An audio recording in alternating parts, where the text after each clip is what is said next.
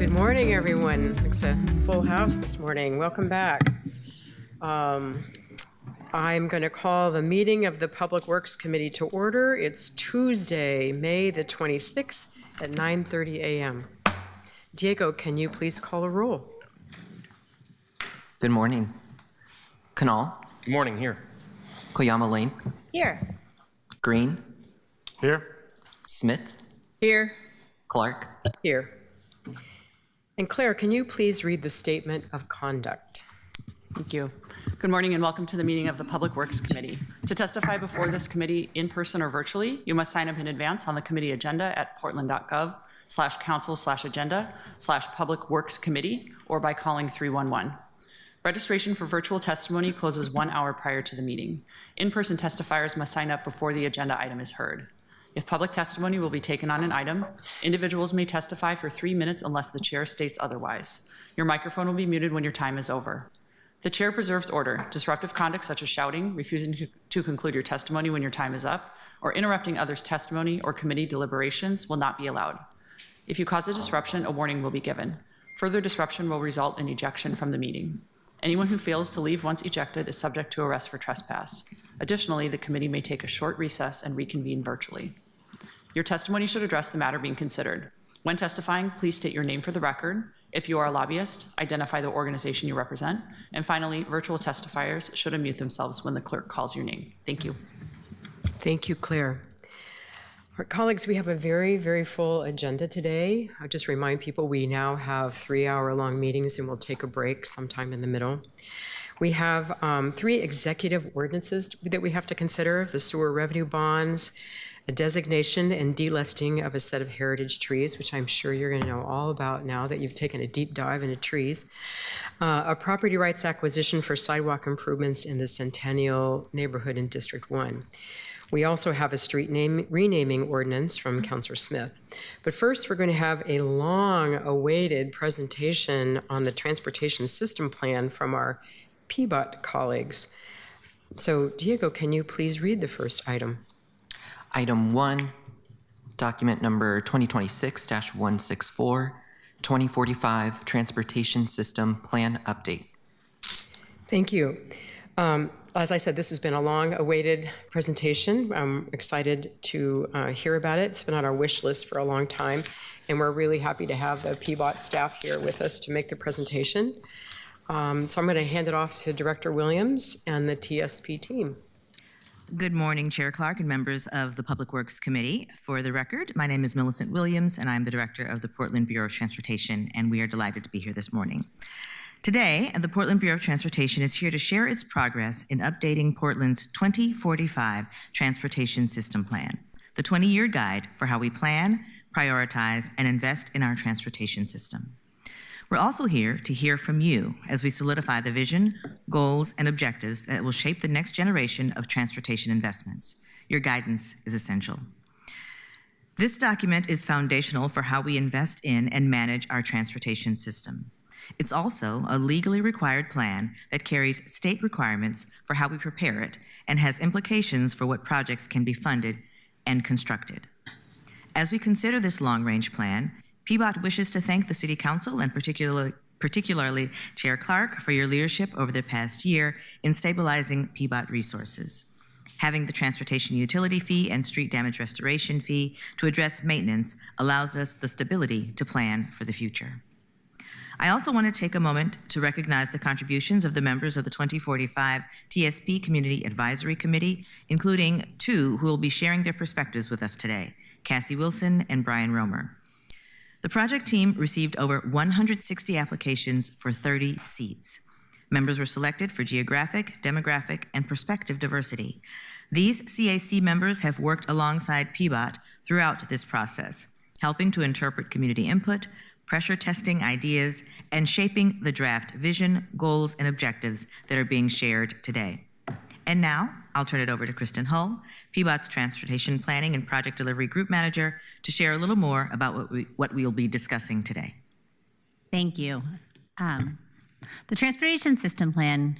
State your name. Oh, thank you. Kristen, for the record, I'm Kristen Hull, and I am PBOT's Transportation Planning and Project Delivery Group Manager.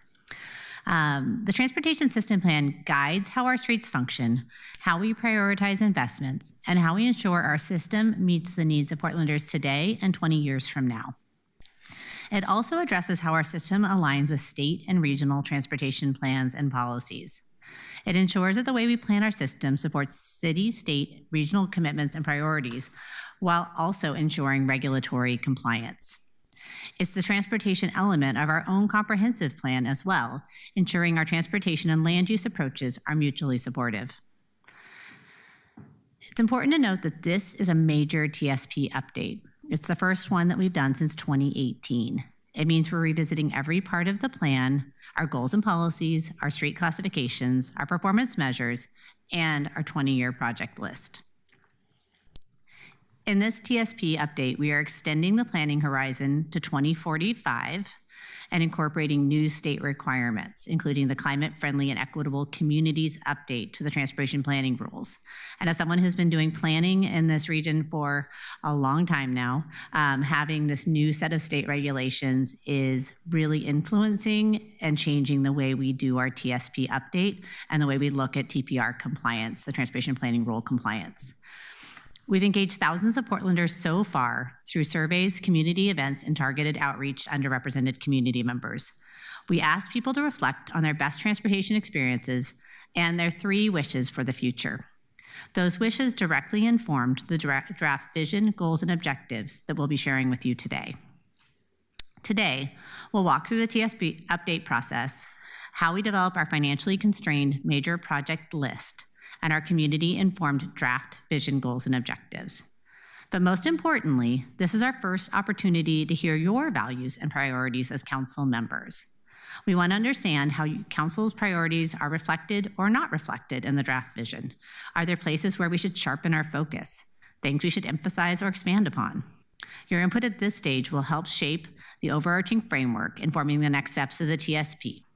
We'd also like to offer to come back for additional feedback as we shape that very important 20-year project list. I'm going to hand it over to 2 of our very knowledgeable senior planners, Francesca Jones and Shane Valley, to present on the TSP. Eric Hesse, the supervising planner overseeing this work, is joining us remotely today and is here if we get any really hard questions. So with that, I'm going to hand it to Francesca. Hi there, thank you so much. I'm Francesca Jones. I use she, her pronouns. I'm a senior city planner at the Portland Bureau of Transportation, and I'm the project manager for our 2045 Transportation System Plan update. And today we'll provide an overview of the 2045 Transportation System Plan, spending some time discussing how we develop the constrained major capital projects list, and then we'll talk a bit about the work we're accomplishing so far in partnership with Portlanders, resulting in a draft vision, goals, and objectives for the future of Portland's transportation system, which is what we're here to get your feedback on today.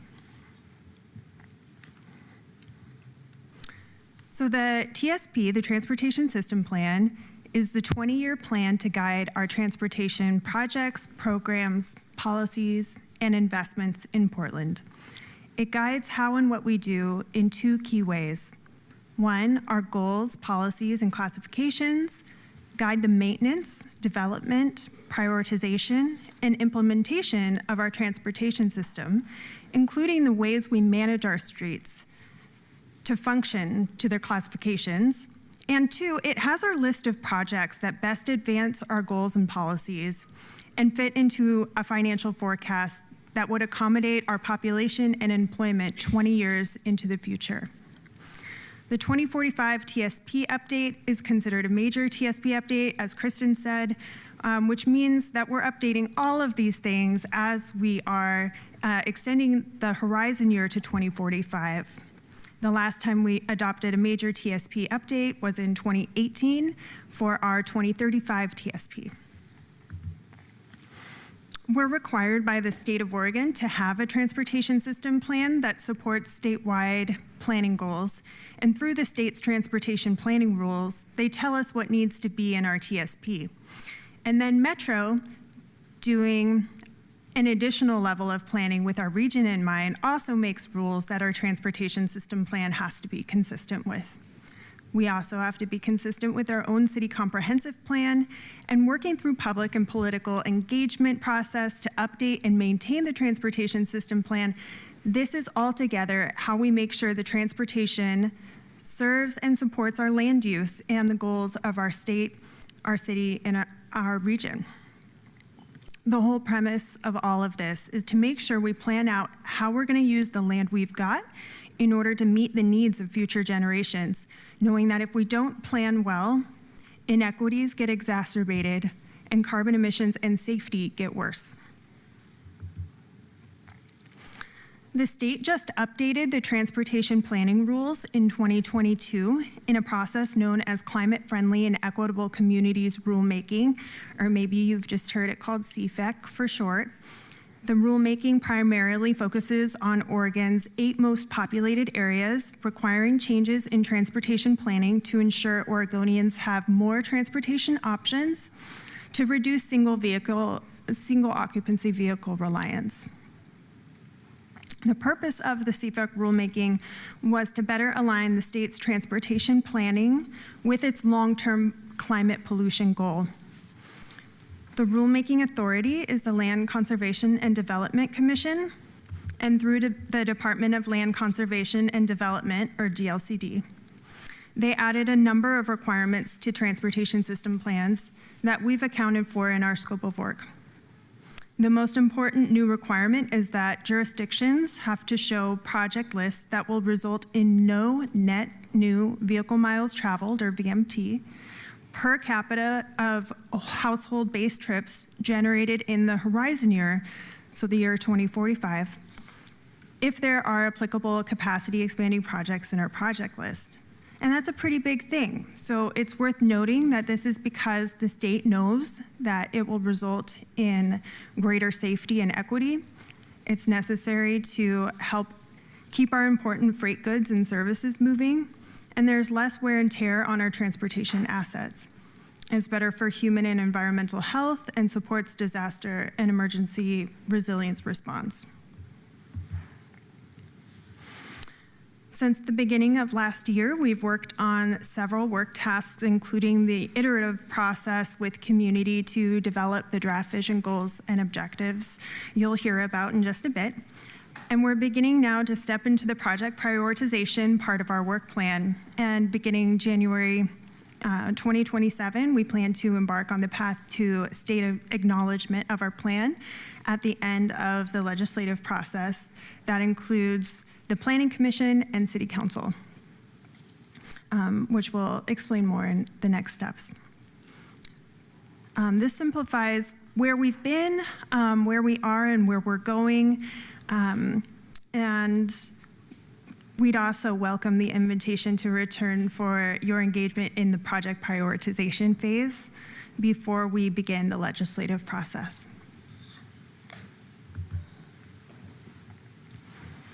And now I'll talk through how we're required to develop the major capital projects list and constrain it to what we're projecting to optimistically afford over the next 20 years. And I'll start by talking through developing the candidate pool of projects and then how we take them through project prioritization.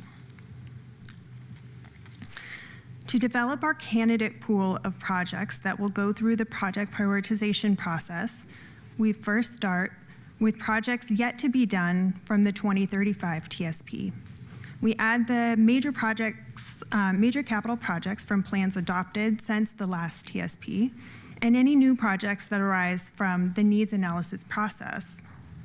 Essentially, there's a new inventory process requirement to tell us how complete our network is for different modes. So we'll take this data, layer it on top of the projects we already have in our TSP and all the projects identified in plans since the last TSP. And that's going to help us figure out if we need to tweak any existing project descriptions or scope to capture any additional needs, or if we might need to make new candidate projects to meet needs that the inventory process illustrated. We'll also check it against the projects updated in the most recent Regional Transportation Plan, or RTP, which is the 2023 RTP. and that is to ensure consistency with project scopes and costs, including inflationary factors. And then we put it through the project prioritization process, shown here as a MELITA filter. We sort the whole list of candidates through the project evaluation criteria, reflecting the goals and vision we develop for our transportation system. And once we've figured out what we can optimistically, reasonably try to afford in the next 20 years, we'll be able to take all the projects and prioritize them so that we know what financially fits on our constrained list and what needs to go on our unconstrained list, our important projects identified that would extend us beyond the reasonably expected funding projection. Reasonably expected does not mean all of these funds are currently secured or guaranteed. But it does help us look out over this planning horizon to go after the grants, for example, and get the funds we need to secure and commit them so that they can be programmed in our capital improvement program, or CIP. So at this point, we have a candidate pool of projects, and the next step, step 3 on this slide, is to evaluate and screen them. We evaluate individual projects for their consistency with our TSP goals using criteria that meet statewide requirements. This will create a robust body of information about our projects that will power the second step, which is the art of balancing and packaging up the right combination of projects that perform best overall for our performance measures. And we'll have to constrain this list by our amount of projected funding based on their readiness for implementation. We'll categorize them as fitting into 1 to 10 years or 11 to 20 years. The unconstrained lists are important projects that take us beyond our 20-year optimistically projected funding. This financially constrained part of the list is what matters for a few different reasons that I'll go over next. It's important to note that capital improvement projects being identified in the TSP doesn't mean that they are necessarily fully funded and will move directly into construction. I want to reiterate that. Projects need to be in our TSP's financially constrained list before they can be included in the regional transportation plan, which is required for access to regional or federal funding. If we receive state or federal grants, those projects must also be on the constrained list so that they can be added to the STIP or NTIP. And being, which is the Oregon Statewide Metropolitan Transportation Improvement Program. And our TSP also includes program-based investments that deliver smaller projects more quickly, and those are reflected in the TSP's overall financial strategy as well. And now newly established in the state rules, the city is only allowed to develop, fund, and construct non-operations and maintenance capital improvement projects and programs using local funds, such as gas taxes, if they're on our financially constrained projects list.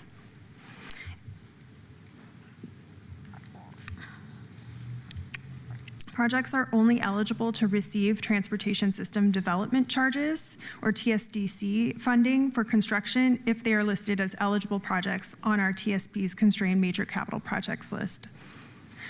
So I like to summarize this as, in order to get and spend external money, and in order to spend our own local money on non-operations and maintenance projects, they're required to be on our TSP's financially constrained project list. And now I'll turn it over to my colleague Shane Valley to tell you more about the vision goals and objectives. Good morning. My name is Shane Valley. I am a senior planner with the Transportation System Plan update team. I'm here this morning to talk with you about the vision goals and objectives, the draft vision goals and objectives for the Transportation System Plan update for 2045. The vision goals and objectives are the beating heart, the heart and soul, the engine of the Transportation System Plan. And if you'll allow me one more analogy, the vision is kind of like our North Star, establishing the kinds of experiences that we want people in Portland to have when they're using their transportation system and moving about Portland. The goals you can think of as a map of the terrain and texture of where we are and how we get from where we are to where we want to go. They're an expression of the values that we have for our transportation system, and they're the lens through which we make decisions about our transportation system, including the investments that Francesca was speaking about. And then finally, the objectives you can think of as the turn-by-turn instructions on your handheld GPS device on your phone. They tell us precisely how we get from where we are to where we want to go. So this is a really important package of things, and they really set the ground for everything that flows out of the transportation system plan. They inform the policies, which are these little bits and pieces that help PBOT and the city make decisions every day. They shape the project evaluation criteria that Francesca spoke about, which is the criteria that we filter all of the wonderful ideas for ways of making Portland better through down to the things that we think are going to be the most beneficial to invest in the next 20 years within those confines Francesca was speaking about. And last but not least, our work's not done after the transportation system plan is adopted, hopefully sometime next year. The vision, goals, and objectives live beyond the transportation system plan, and they inform the other planning work we do. When we go out to a district, or we go out to communities, or we go out to a main street, they often have things that they would like us to work on as the city. And we come with this sort of broadly articulated perspective of vision, goals, and objectives about our system, so we can kind of meet in the middle, the local concerns meeting with the needs of the overall system as well. So it's really important that we get these vision, goals, and objectives right. We want to make sure that to arrive at them, we've deeply engaged many, many Portlanders.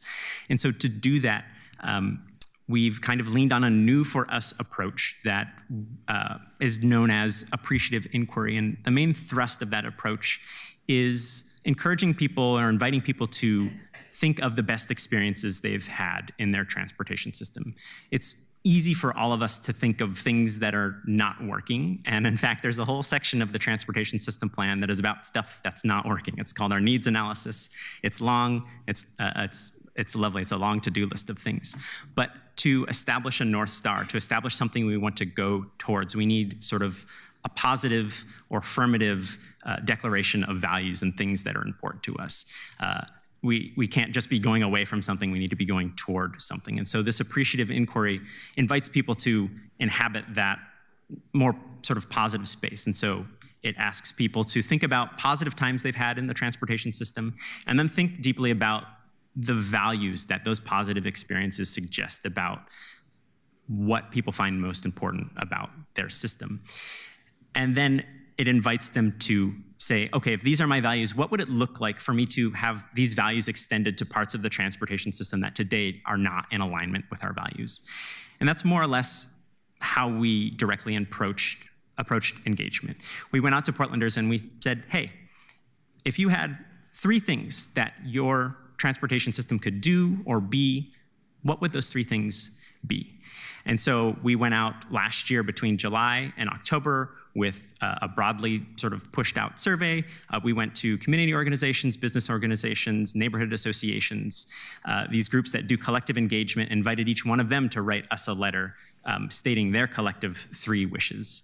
And the format basically was, yes, tell us what you want, but also tell us why. And that's not because, as the government, we're not in charge of gatekeeping the things that Portlanders want, but understanding why they want what they want can help us when there are inevitably conflicts, when you ask thousands and thousands of people of what they want their government to do, what they want their transportation system to be.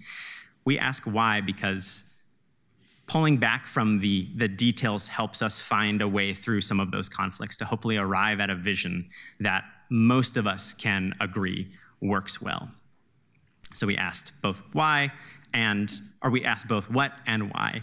And as we were sort of doing the outreach, we noticed that, some of these tools like online surveys, online open houses, they don't reach as deeply in all communities. And so there was a need to do some extra work in particular parts of town. District 1 was one area where we actually spent a lot more sort of time and attention doing tabling events at usually at events that were sort of already established and showing up where people were already there, so we could sort of hear and really evoke these wishes from them as well. We ended up getting over 3,000 wishes.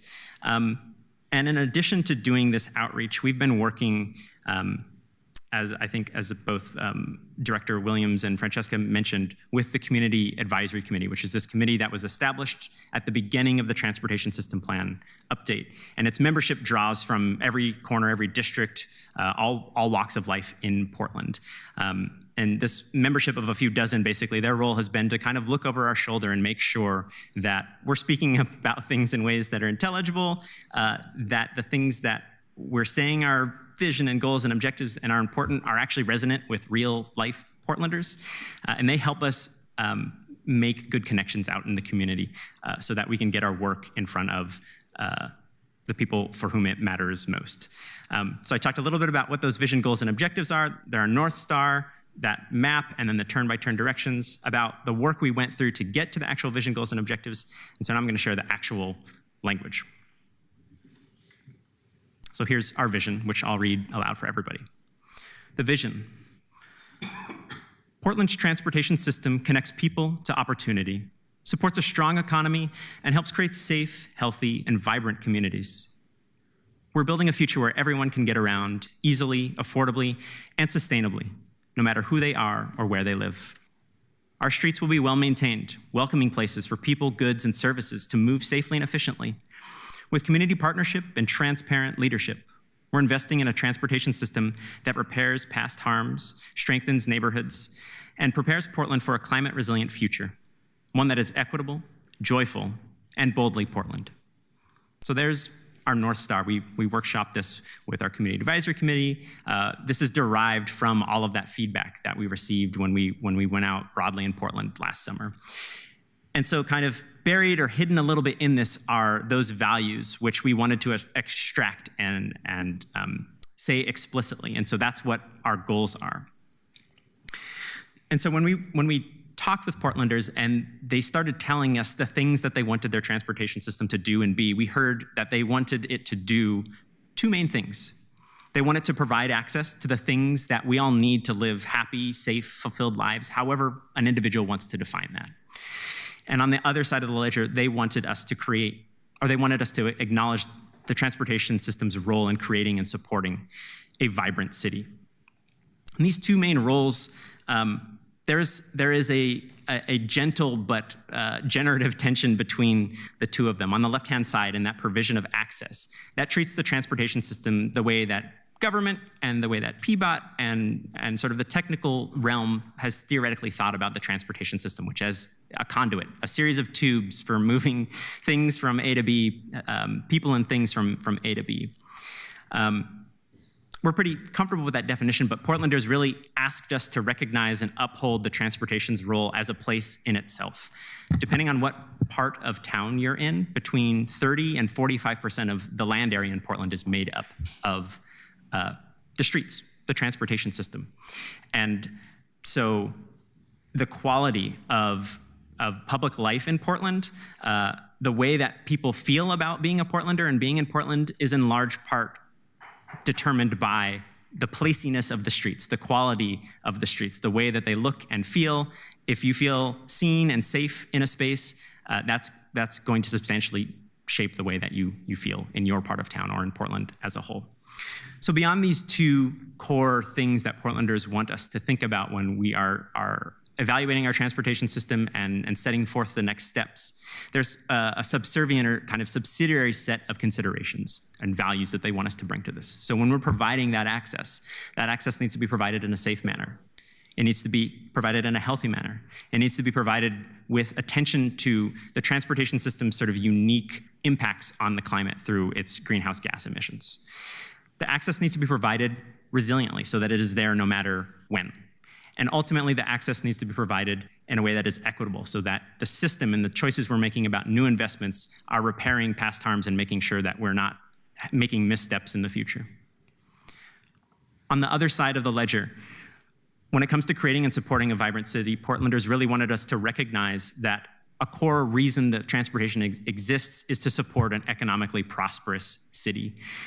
And that economically prosperous city needs to be built atop strong foundations. The transportation system itself is a strong foundation that is important to maintain, but it is also the host and home for many of the functions that define a modern society and enable a modern society. I'm talking about clean drinking water, telecommunications, electricity, emergency response, stormwater conveyance. That's all happening in our streets. And so recognizing the streets not just for the transportation function, but this other crucial foundational function. And last but not least, the streets themselves can and should be great places. Enough said about that. So these are the goals sort of succinctly articulated, and each one of these goals are nested between 5 to 10 objectives. Those are those turn-by-turn instructions. And so on taking safety as an example, this is a summary of those 5 to 10, which we don't have time to get into, but for example, if we're thinking about how do you provide access safely, 2 of the really important things we have to focus on are managing speeds on our transportation system. We know that there's a clear connection, as an example, between high speeds and the severity of crashes that lead to deaths and serious injuries. Another thing that's really important when we're thinking about providing access safely is that we're sort of laser focused on eliminating deaths and serious injuries. So I'm going to leave you with this constellation of our goals and objectives, and Francesca's going to come back and she's going to speak about the next steps. I think there'll be some time to discuss this, and she'll talk about other opportunities for you to engage with this work. Thank you. Great, I only have a couple more slides. So this is just showing our 2045 TSP key processes ahead of us. So right now, we are with you together to talk about the vision goals and objectives, and we're also moving into this space of the work on our candidate pool of projects for project evaluation and project prioritization. We'll be doing outreach this summer, and then when we move into the actual project prioritization part of the work, we will be having broad community engagement with a public survey this fall. And that's an opportunity for the public to get to give us feedback to help shape the project prioritization that will carry forward for additional public engagement as part of the full 2045 TSP public review draft that we plan to have together this winter. And then we'll have additional broad engagement and survey on that whole public review draft. So there's iterative opportunities for community engagement in this work as we continue to build a draft that we bring to you for the legislative process in 2027. And that starts with the proposed draft. And we will need to bring this to Planning Commission with a 30-day public notice. They will have a hearing, and they will make a vote for a recommendation to City Council. City Council will receive the recommended draft then, which is Planning Commission's recommended draft. And City Council will hold a public hearing and ultimately an adoption that will then need to go to the state for their review to see, double check our compliance. And that brings us back to our central question for you today. We welcome any feedback you'd like to offer to help further shape and refine the vision, goals, and objectives as we continue updating the 2045 Transportation System Plan. We also know you probably have a lot of questions, or I hope you do, because we would love to provide you with lots more information after this meeting and dive into other questions, concerns, thoughts, ideas that you have that you'd like to help shape this work with. Thank you. Well, thank you, panelists. This has been an excellent overview of the TSP. I'm sorry we don't have more time. We've got about 10 minutes, colleagues, to ask questions or make comments about your 3 wishes or any questions that you have for the panelists. And I'm sure that Staff will make yourself available to us. Should we have more in-depth questions, we can do offline. But for today, I don't see any hands up yet. So I'm going to ask, first, I'm just going to make a comment. I'm really glad that the state included climate issues and made some changes in this update. I think for me, the most confusing part, and even having been a member or participant at JPAC for many, many years, is just the nature of the constrained list and what that really means. That's hard to get your head around. And I'm really anxious for when we have you back to actually review the priority list. I think that's going to be important to all of us here. Councillor Smith. Thank you, Madam President. Good morning. Thank you all for presenting today. I want to keep on that line of questioning. On pages 10 and 11, PBOT explains that the draft major capital projects list will be constrained by projected funding and that capital projects must be on the financially constrained TSP list to be eligible for local, state, and federal funding. What factors will determine whether a project makes the constrained list versus being left unfunded? You want to just give us a quick overview of the evaluation criteria we're using? I do not. So I guess I could answer that more generally. We have a set of evaluation criteria that are based both on state requirements and our local goals, and we'll be using that to do an evaluation. We'll also be matching that against proposed funding sources or potential funding sources, and using that to develop that constrained list. And we have a memo that we have prepared that we'll be sharing with you after the meeting that gets into more detail on those individual evaluation criteria. And will those projects go through MPAC and JPAC?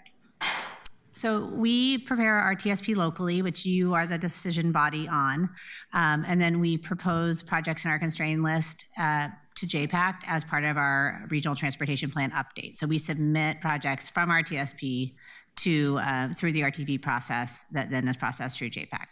After it's approved by council? Correct. Okay. My last question is, on page 16, the draft vision says the transportation system plan should repair past harms and strengthen neighborhoods. What specific equity metrics will PBOT use to make sure East Portland, historically Black neighborhoods, and lower income communities actually receive priority investment? That's a great question. Francesca, you want to talk about that for a minute? I have said that I would love to have Eric Hesse, my boss, answer questions, or you could answer questions. But if Shane would like to, I would do that. That would feel good. Thank you. Eric, would you like to talk about our equity measures? Sure, I'd be happy to. For the record, Eric Hesse, supervising planner at PBOT, and for this work. Thanks for the question, Counselor. Among our evaluation criteria are going to be particular ones where we look at areas that are identified as higher concentrations of historically underserved and currently underserved communities, including where concentrations of Black Portlanders and others. That's supported also by state rules, so they'll be making sure that we're doing that rigorously as well. And so that's one very clear lens that will help ensure where those allocations are going. In addition, we're also looking at where gaps and deficiencies in the current transportation system are. And unfortunately, as we know, as we look historically where there has been underinvestment, where those are concentrated, including in Districts 1 and often in Districts 4. And so that is another layer in which we'll be seeing where those needs, as we've discussed earlier, are identified. And those will also be prioritized for investment through this. So I think as you'll see us coming back and indicating that, we'll really be able to look at where we still have work to do in building out the system across to bring things up to the standards that we've expected. Hopefully that answers the question, but happy to follow up. Yeah, thank you, Eric. And I also want you to also include District 2. District 2 is where the historically Black community has lived, and you need to also be taking a look at them as well. And if there are other things that we can do to be helpful to push this along, let me know. I know that the chair and myself we're invested in this, and so we want it to be great and wonderful, amazing and outstanding. Thank you, Thank Councilor you. Smith. Counselor, you. if I may, I just wanted to thank you very much for that question and for your focus and advocacy. I wanted to mention that while the Bureau has a number of tools that it uses as it considers how it's going to make its investments and where projects will be delivered, as we all know, there has been recent guidance around what we are able to do and say and how we are able to invest in support of communities. And so we'll need to be thoughtful about the guidance that we've received from our Office of Equity and Human Rights and City Attorney Heidi Brown regarding the way that we invest. It specifically calls out that we are not to technically prioritize any one over another. However, what we do know is that there are parts of our city that have been underinvested, that have been harmed, and we can work to correct those things. So that is what the TSP does intend to do, but I did not want to fail to mention that we will need to be mindful of that guidance to ensure that we don't find ourselves in a compromising position. Thank you, Director Williams. Yeah, Thank you, Councilor Smith. yes, and I appreciate that. I also want to add to this that we can look at affordability. Absolutely. We can look at high crash corridors. We can also look at where fresh foods are. And if we identify some of those things, I think we'll come up with some of the same statistics. Absolutely. There are a number of ways that we can look at it. I just wanted to state for the record that we do want to make sure that while we need to see what we see, Yes. And act accordingly, that there are specific things that we'll need to be mindful of so that we don't find ourselves in a compromising position. Excellent. Thank you. Councilor Green. Thank you, Chair Clark. 3 wishes. Well, I've got 2 wishes and a question. I guess, first of all, thanks for the presentation. I think early on when we did our visioning, I said I want to talk about the TSP in this committee. I think everyone did, and so it's really important to get that briefing, and I'm grateful for it. If I had my druthers, the West Portland Town Center would have much more infrastructure to make it safe to walk around. We've got communities that are largely bisected between where they live and kind of the commerce. And if you've all attempted to navigate the wild intersection system that's going on between Barber, Capitol Highway, and kind of the freeway there, it's pretty daunting. So I'm sure that's on the list, and I just wanted to put a plug in that I know my constituents would really love some attention there. I think the second piece is, as we get into the planning process, I really appreciate this framework, by the way, of the sort of right-of-way as conduit and then right-of-way as place. I don't see these as in tension necessarily. I think the art is to find where there's connection between the two. Love to see a lot more emphasis on bus-only BATs, sort of, dedicated bus lanes, as well as grade separation. That's expensive stuff, but if we want our system to run faster and more efficiently to provide that alternative, we need to separate the grade on our transit modes a little bit. And then finally, the question I have is, in the planning process, you've got the visioning stage, you've got sort of let's dream big, and then it gets winnowed down based upon what is financially feasible, and that's where the dreams go to die, basically, is the way that I interpret that. Is there a way to kind of tease out how things would look differently with different funding models, or if we knew that we could agitate for a funding model that enabled some of this more placemaking stuff, this more transit-oriented development stuff, in partnership with the other jurisdictions, what we would then have a list, how would that list change, essentially, is the question that I would have, and would be very curious to see how that emerges, because we've done a lot of conversation in this committee on, dozens of different alternative approaches to financing that, we zeroed in on a couple for this work in the near term, but some of that stuff really does try to change behavior, which would then sort of suggest, well, we need a different system to provide different alternatives. So that's sort of my question there, is how would we then tease those alternative futures out? I think one of the things that's helpful about this process is we'll have a financially constrained list and we'll have an unconstrained list. And I think you can imagine that if we had additional funding, it would move what we could afford line down. So if you think about a system where you have 150% list or other constraints where you've probably worked through scenarios before, if we had more money, we would simply be able to have more on our constrained list and less on our unconstrained list. So I think having that longer list of projects will allow us to imagine what would happen if we had more funding in specific areas. I appreciate that also, but I think that also how you fund a certain thing might pair better with a certain type of Right. investment. The congestion pricing being a big example. I mean, obviously you need the state and Metro to be there for you on that kind of a question, but that would then pair well with different types of investments. Yep, thank you. Thank you, Councilor Green. I just want to remind everybody too that the revenue enhancement that we approved is really focused on maintenance and not on capital projects, which we're going to probably be looking to the state for some more help in this arena. Councilor Canal. Thank you, Chair Clark. First, thank you for the presentation. Thank you to Chair Clark for putting this together. This is my first in-person meeting in this committee. I was out of town for the first one, so good way to lead it off. Appreciate you both, and thank you everyone for being here. I have 2 questions and 2 comments. Question, on slide 6, you talk about no net new vehicle miles driven per capita by 2045. What's the premise here in terms of expected population growth? In other words, what's the total when it's not per capita? Let's talk to Eric.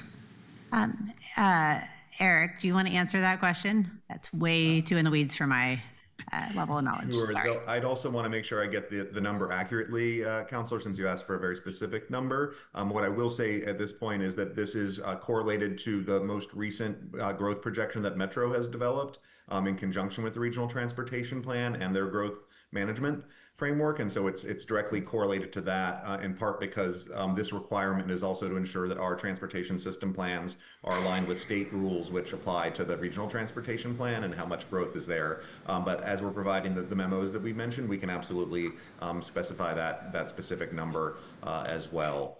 And I can even see if I can locate it in the next few minutes here as well. But want to make sure I get you the accurate answer. Great, thanks, and good that it's mirroring. I guess for future, it'll be helpful for me to gauge if we're looking at a doubling in population versus a 10% increase in population and the mirroring there, that's a pretty significant difference, right, in terms of if vehicles miles driven were to stay the same. I'd love to get to a place where we're talking about how much wear and tear we're putting on our roads and how much climate impact there is of driving, which obviously has other premises associated with it, other assumptions with relation to the impact of each mile driven. The second question is, we've talked a lot about the constraints. What is the total amount of money that serves as a constraint? What is that number that you're budgeting to? I want to do you make have- sure Eric can speak to this. Eric, do you have the number in front of you of our total revenue forecast? Yes, the draft number we've been working with right now that we've been bringing through our committee work is $1.7 billion, and that does include projections of federal and state grants based on historical records, and that's over the 20-year period. We are, I will note, just also initiating in the coming months here, actually starting next month, the update to the 2028 Regional Transportation Plan. And that is one of those areas in which that Regional Transportation Plan consistency is important between those financial assumptions.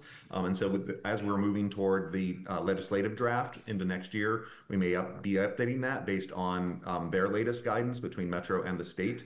That's work that'll be readied further this fall. But again, the starting place right now is $1.7 billion. That doesn't necessarily include values associated with some of the TIF districts, and we are engaging with Prosper and some of the community leadership committees there as well in order to understand how we might support the vision for investment in those areas as well. Great. And just to clarify on that, is that $1.7 billion in present dollars, or are we modeling does that include a projection for inflation as well? Good question, Councilor. That is projected out for a year of expenditure. Okay, so that's helpful to know, and just I know it's not entirely going to be used for this, but I'm framing this in the sense of that's about a third, even if it was accounted for inflation, that's about a third of our maintenance backlog in Peabody. So it'll be a little less than that if we're looking at that. Okay. I think we're talking about capital and not maintenance. Sure, I'm just giving, as a illustrative comparison, not as a literal, we're gonna spend it on this. in response to the conversation. Sorry, to that point, we did look at the total projection over that time, and actually the way we calculated it was roughly 3/4 maintenance and 1/4 for the capital. Great. In terms of how we projected those both out. Answering a question I wasn't even going to ask for time, but thank you.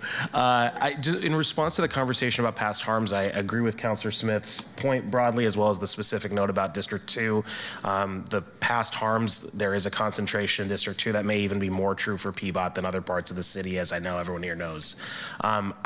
I respect what the guidance is with relation to OEHR and the city attorney's office and the mayor's office generally, and I respect that everybody on the other side of this dais has to abide by that. I do think it's important to note for the record that the council did not sign off on that executive order. Council stated belief on this are grounded in Resolution 37492 from 2020, which is that our core values start with anti-racism and equity. So I just want to get that on the record here. And then given that Councilor Clark asked for wishes and he wrote under wishes, dare to dream of the future, which I love, I'm going to speak to that. First wish, I want to get the basics right on standard of pavement quality, painted crosswalks, percentage of intersections which are daylighted, sidewalk consistency, and eventually reducing both the number of traffic deaths and the disparity between regions of the city. I view all of that as a core function before we start getting into the dreaming part, but my first dream is to get to the part before the dreaming, if that makes sense. A second piece is I want to create a better balance between road miles, which we have to maintain, and population.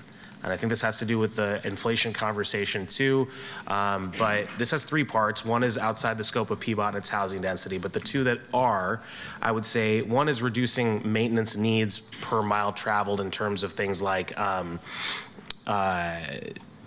transit. Which has not been mentioned yet in this conversation, and I think we need to be more involved in that conversation, even though it is ODOT that manages the bulk of it, or TriMet, I should say. And then the related piece to that is how we concentrate it in terms of making more of our road miles not need to be maintained much at all by making them car-free, greenways, street plazas, all those types of things, which is not really related to the transportation system plan, I understand, but I think a part of how we are constraining the amount of money we have to spend on this and be able to funnel it to the places where it's maybe most beneficial. And that leads me to the third thing, which is I really appreciate the way you framed it as access and placemaking. I think that's a really good overarching conversation to have, and I think I've seen a lot of other cities, in particular denser cities, which are theoretically more reliant on each road mile because of their density, take them offline for temporary or even long-term reasons. There's a street soccer going on in New York right now. There are plazas being created in LA, and these are both on my brain because the upcoming World Cup and all that, and that's why they're coming. But I think utilizing the opportunity to make the opportunity for joy more likely to be a reality of joy, I think is a core part of it. Sunday Parkways is a great example of that. I know there was one last weekend. So I think these are those sorts of things. The activation piece, I think, is really important for people to invest their attention and energy into this as well. Thank you, Councilor Canal. I think it's incumbent on all of us here in the dais to write out those three wishes and maybe send them to Director Williams, let them know. I'm sorry we have to cut this short today. We have a packed agenda, and I appreciate Councilor Koyaman-Lane's willingness to put her questions in writing as well. So thank you again. We'll have you back. I'm sure I would like to have you back before any lists are finalized, and we can figure out that date with Claire's help. So thank you all for being here today. It was an excellent presentation. Colleagues, I would like to ask your indulgence to move up an item from our agenda today. If it's okay with you all, no objections, I'd like to move up the item 2026-171 because we have so many people in the room who are here to testify, citizens from the community. Diego, if there's no objections, Diego, can you please read that item for us?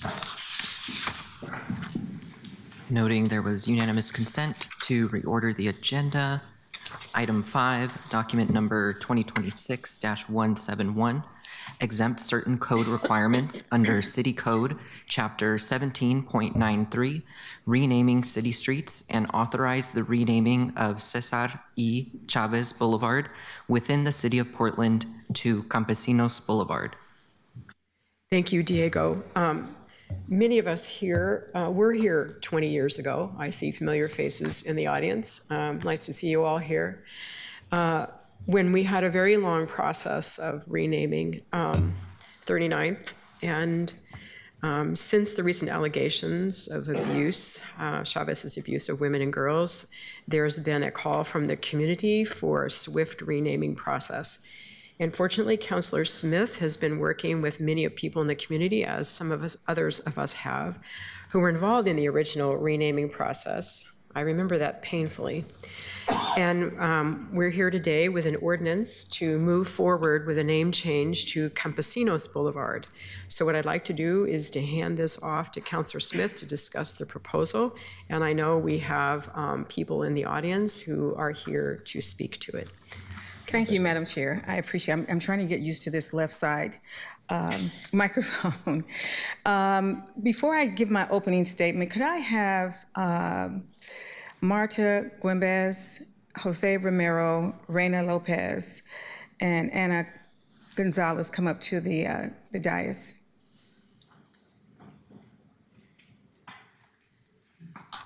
You all are my invited guests and folks that I've worked with. And as Chairwoman Clark said, this, it seems like deja vu again. And I am happy that you all are still going strong for keeping a name in the community. Today, I am proud to introduce this ordinance to rename Northeast and Southeast Cesar Chavez Boulevard to Northeast and Southeast Campesinos Boulevard. This ordinance responds to serious community concerns regarding credible and substantiated revelations of abuse and violence attributed to Cesar Chavez, while preserving the city's recognition of La Causa, the farm worker movement, and the broader fight for workers' rights, food justice, and immigration justice. The name Campesinos Boulevard centers the farm workers themselves, the people whose labor feeds our communities, who organized, shaped this movement, and whose contributions deserve to be honored collectively, not through one individual alone. This ordinance also provides a swift and fiscally responsible path forward. It waives certain street renaming code requirements for this specific action. It requires notification to impacted residents, businesses, agencies, the U.S. Postal Service, and emergency services. And it directs PBOT to install the new street signs. The City of Portland can honor the labor movement, stand with the immigrant and Latinx communities, and respond to community concerns with accountability and care. With that, I am honored to turn it over to our invited speakers. Marta Güemes, Jose Romero, Reina Lopez will speak in support, and Ana Gonzalez Muniz will speak in support of this ordinance. And Marta, I think I will start with you first, if you don't mind. Thank you. Buenos dias. Good morning, councilors. My name is Marta Güemes, co-chair for La Causa Committee. I was also one of the regional leaders in the effort of renaming 39 to Cesar Chavez Boulevard. First, I want to thank everyone who took the time to meet to speak with us. We connected with nearly all of your offices and worked hard to keep you informed about the purpose of our effort and the growing support continue to receive from the community. We are here today to urge your support for the renaming of Cesar Chavez Boulevard to Campesinos Boulevard. So that it properly honors the campesinos that it always meant to recognize. But before I speak about the name itself, I need to say this clearly. The process behind it was not being celebratory for many of us. It has been painful, hostile, and at times deeply traumatic. Many now drive down Cesar Chavez Boulevard without knowing what Latinos leaders endure. We secured the recognition. We were mocked, publicly insulted, and faced intimidation in our own neighborhoods simply for asking visibility and dignity in this city. Some of us sat in these very council chambers, carrying fear while still holding grace intact as we spoke. We stated, despite fear and doubt. The truth of Cesar Chavez's violence against women and girls had caused extraordinary pain in our community. And for those of us who experienced the same violence in our lives, it was especially re-traumatizing.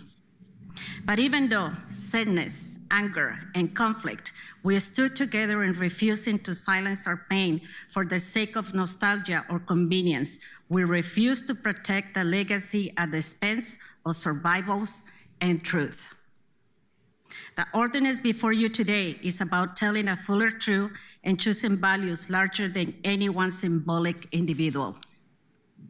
There has been too much indirect talk about who belongs, who is right, or who deserves recognition first. The truth is that we need everyone, and we cannot ignore the deeper harms that can exist between organizing spaces. As my dear friend and sister in the movement, Senator Abel Gordy will say, no movement grows stronger by refusing self-reflection. It always requires historical memory.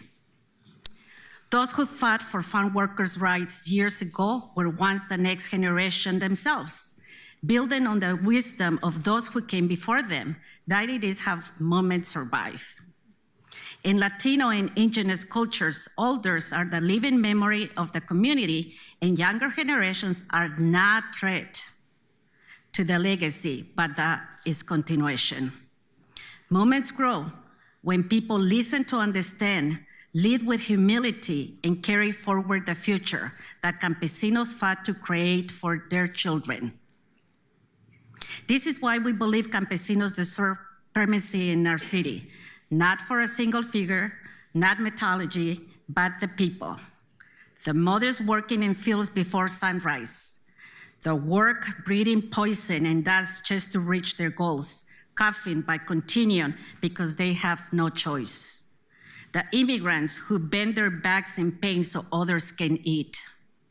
The children forced to grow up too fast, translating for their parents in hospitals, schools, and government offices, works too heavy for their age. The ones who die working in extreme heat or cold, who never made it back home and were forgotten by the system they sustain. The generations upon generations of Black and brown people who carry this country on tired shoulders. And ultimately, the campesino also represents hope, esperanza. Long after we are gone, people will still drive this boulevard. What story will each name tell? We are asking for the name that reflects our community's strength, honesty, and inclusion. Please vote for Campesinos Boulevard. Y que vivan los campesinos. Que vivan, claro. Thank you, thank you. Mr. Romero. Buenos dias, good morning, Chair Clark, Vice Chair Smith, and fellow councilors. My name is Jose Manuel Romero. I am 45 years of age young. I reside in Tigard, Oregon.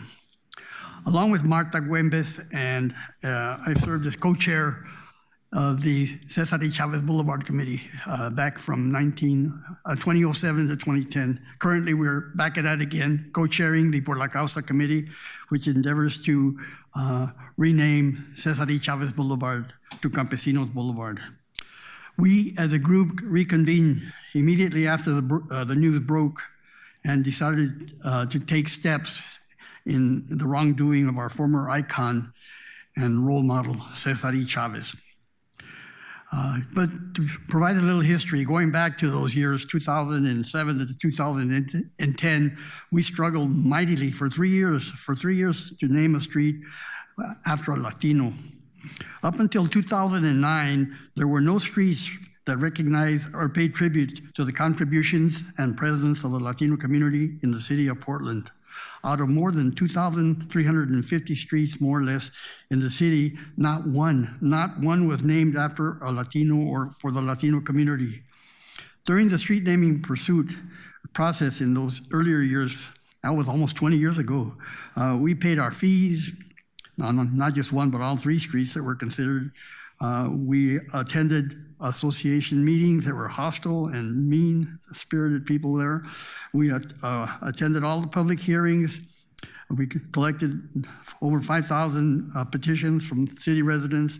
And in the end, we got a 5-0 vote from the city council in 2009. We, as Martha said, we still bear the scars, the emotional and psychological scars of this long struggle.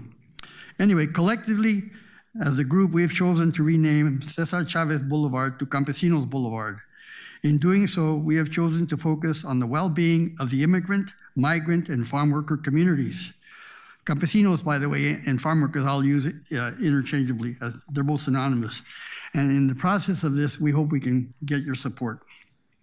We are the group that has taken the leadership, responsibility, and obligation to do the right thing. The survivors deserve a justice, and we stand with them 100%. That was our first concern when we came together shortly after the news broke. As a little background on myself, as a former farm worker in the 50s in California and in Stockton, both in California, I worked in the fields, and I know what it's like to be out there day in and day out, and how much the farm workers can, contribute to sustain and impact our daily lives. As a community of past and present immigrants and campesinos, we know there are no farms, no food processing plants, no packing sheds, and no other agricultural industry without campesinos. We also know that there are no food on our tables without campesinos. They serve essential daily roles and have been so for over 100 years. There is no Portland without the presence and daily contributions of immigrants and campesinos. Campesinos and immigrants do the work other Americans will not do. In the mid-1960s, late 68, my wife and I joined the thousands of farm workers in support of La Causa. We had just returned from a 28-month tour of duty with the Peace Corps in eastern Venezuela, and since then, which is now 58 years, we have been advocates for the well-being of the campesino and the farm worker community. Over the last 58 years, we've marched, we've picketed, we've boycotted grapes, head lettuce, gallo wines. We've demonstrated all along with farm workers in pursuit of justice and equality. A person behind me, my daughter, Rochelle Shelley, was on the picket line with us at 3 years old, and somebody slammed the door on her hand, almost broke all her fingers, but we're still here. Now, as a result of recent allegations and in support of respect for the survivors, we have the responsibility to address the current issue at hand. During this last few months, when we were moving ahead, we mourned, we reflected heavily, we felt disappointed. Some of us were angry, sad. We felt betrayed and disrespected. But we went into the street renaming the original one in good faith, with honesty and transparency. But regardless of what has happened, our efforts do not diminish our desire to continue advocating for farm workers and immigrants. We are here because we honor their sacrifice and dedication as our ancestors have put forth to make a better life for future generations. We honor the campesino and the campesino legacy. Their lives, past and present, matter. We urge you to vote in favor of the ordinance to rename the street to Campesinos Boulevard and to waive the street ordinance process. I wouldn't, my worst enemy, I would ask him to go through Code 17.3. It was a killer, all right. Again, thank you for your support for our position on this matter. We value and appreciate your support. Thank you very much. Thank you for your comments. Ms. Reina Lopez from Pacun, could you introduce yourself? Thank you so much. Chair Olivia Clark, Vice Chair Loretta Smith, and members of the committee. For the record, my name is Reina Lopez. I'm the President and Executive Director of PECUN, Pineros y Campesinos Unidos del Noroeste, also known as the Tree Planters and the Farm Workers of the Northwest. PECUN has a long legacy of fighting for labor justice and for farm workers, immigrants, and Latino workers in Oregon. Since the beginning, we have always fought for the rights of those sidelined and excluded from labor protections that many of us have come to take for granted. PECUN itself was founded in 1985, and we were one of Oregon's first unions representing farm workers. To this day, we continue to ensure that all workers, whether they are farm workers, immigrant workers, Latinx workers, that they are fairly represented in their workforce. I want to thank Marta Güembes, I want to thank Jose Romero and La Causa Committee. We support Por La Causa Committee because these leaders are the movement elders in Portland that have committed their lives to fighting racism and fighting injustice in Portland, and they spearheaded the campaign to change the name to Cesar y Chavez years ago. We condemn Chavez's actions. No leader is above accountability, no matter their contributions to the movement, not when they have used their positions to cause harm and avoid accountability. We honor the courage and stand in solidarity with all of those who came forward to share their stories. What Chavez has done stands against everything our movement values: equality, justice, and dignity. As some of you might know, I'm also the first woman to lead PECUN as its president. And we know that for many, many decades, for centuries even, women haven't always been at the forefront of these movements because they have not been given the respect and recognition that they deserve. Though our movement has taken many strides to support women, we still have so much work to do to achieve true gender justice. And it is only then that we will be living true to the values of the farm worker movement.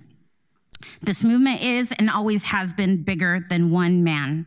The fight for representation and equality for farm workers goes beyond Cesar Chavez or any one person.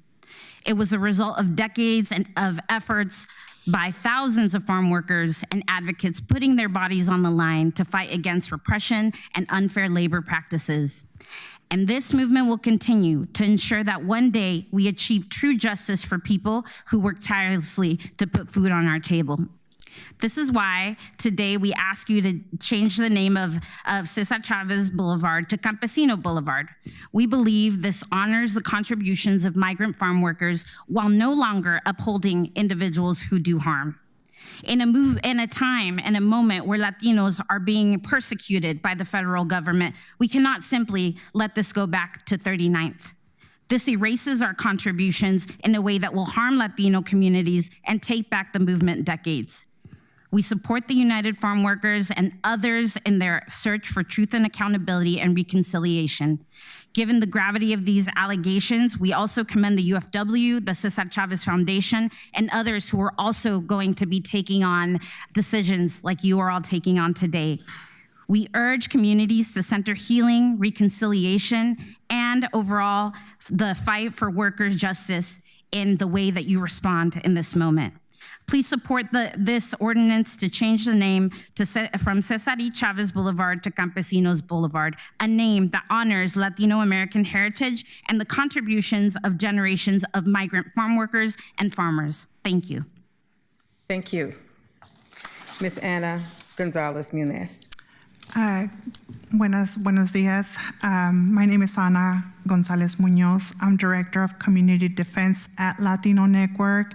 I serve on the Reynolds School District Board, and I am a longtime community leader and advocate. I was not part of the original committee that pushed and fought for the change of 39 to Cesar y Chavez. I wish I had. I was very busy in Salem in other ways. I was preparing students for the Cesar y Chavez Leadership Conference that took place at University of Portland and then eventually to Western Oregon University. So my contribution was doing that. I am here to express my support to rename the current Cesar y Chavez Boulevard to Campesinos Boulevard.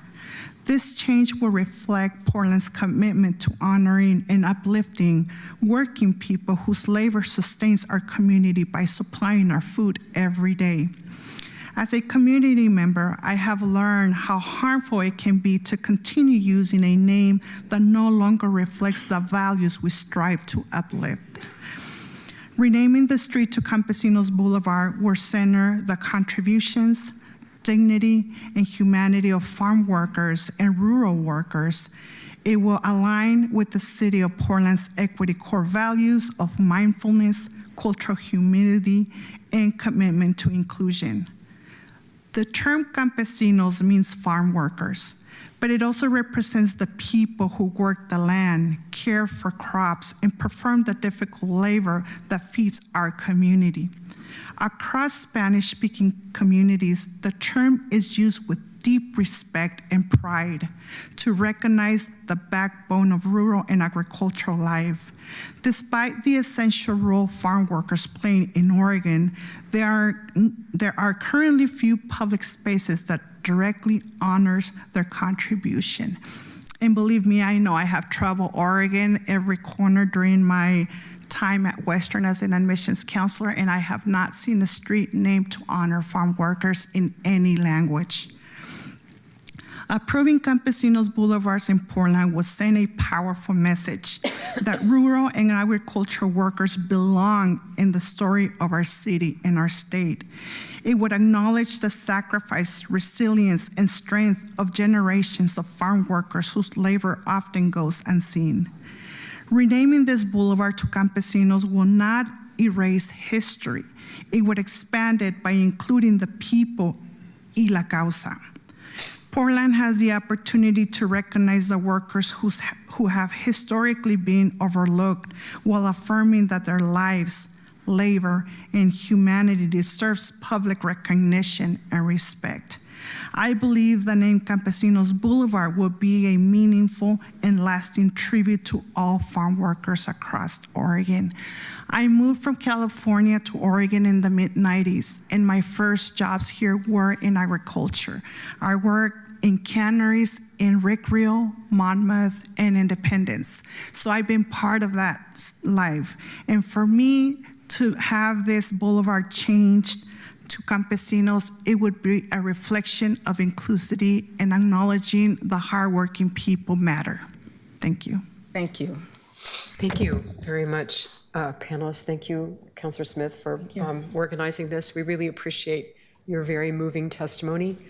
And some of us know what you went through 20 years ago as well, because we were here. So thank you so much.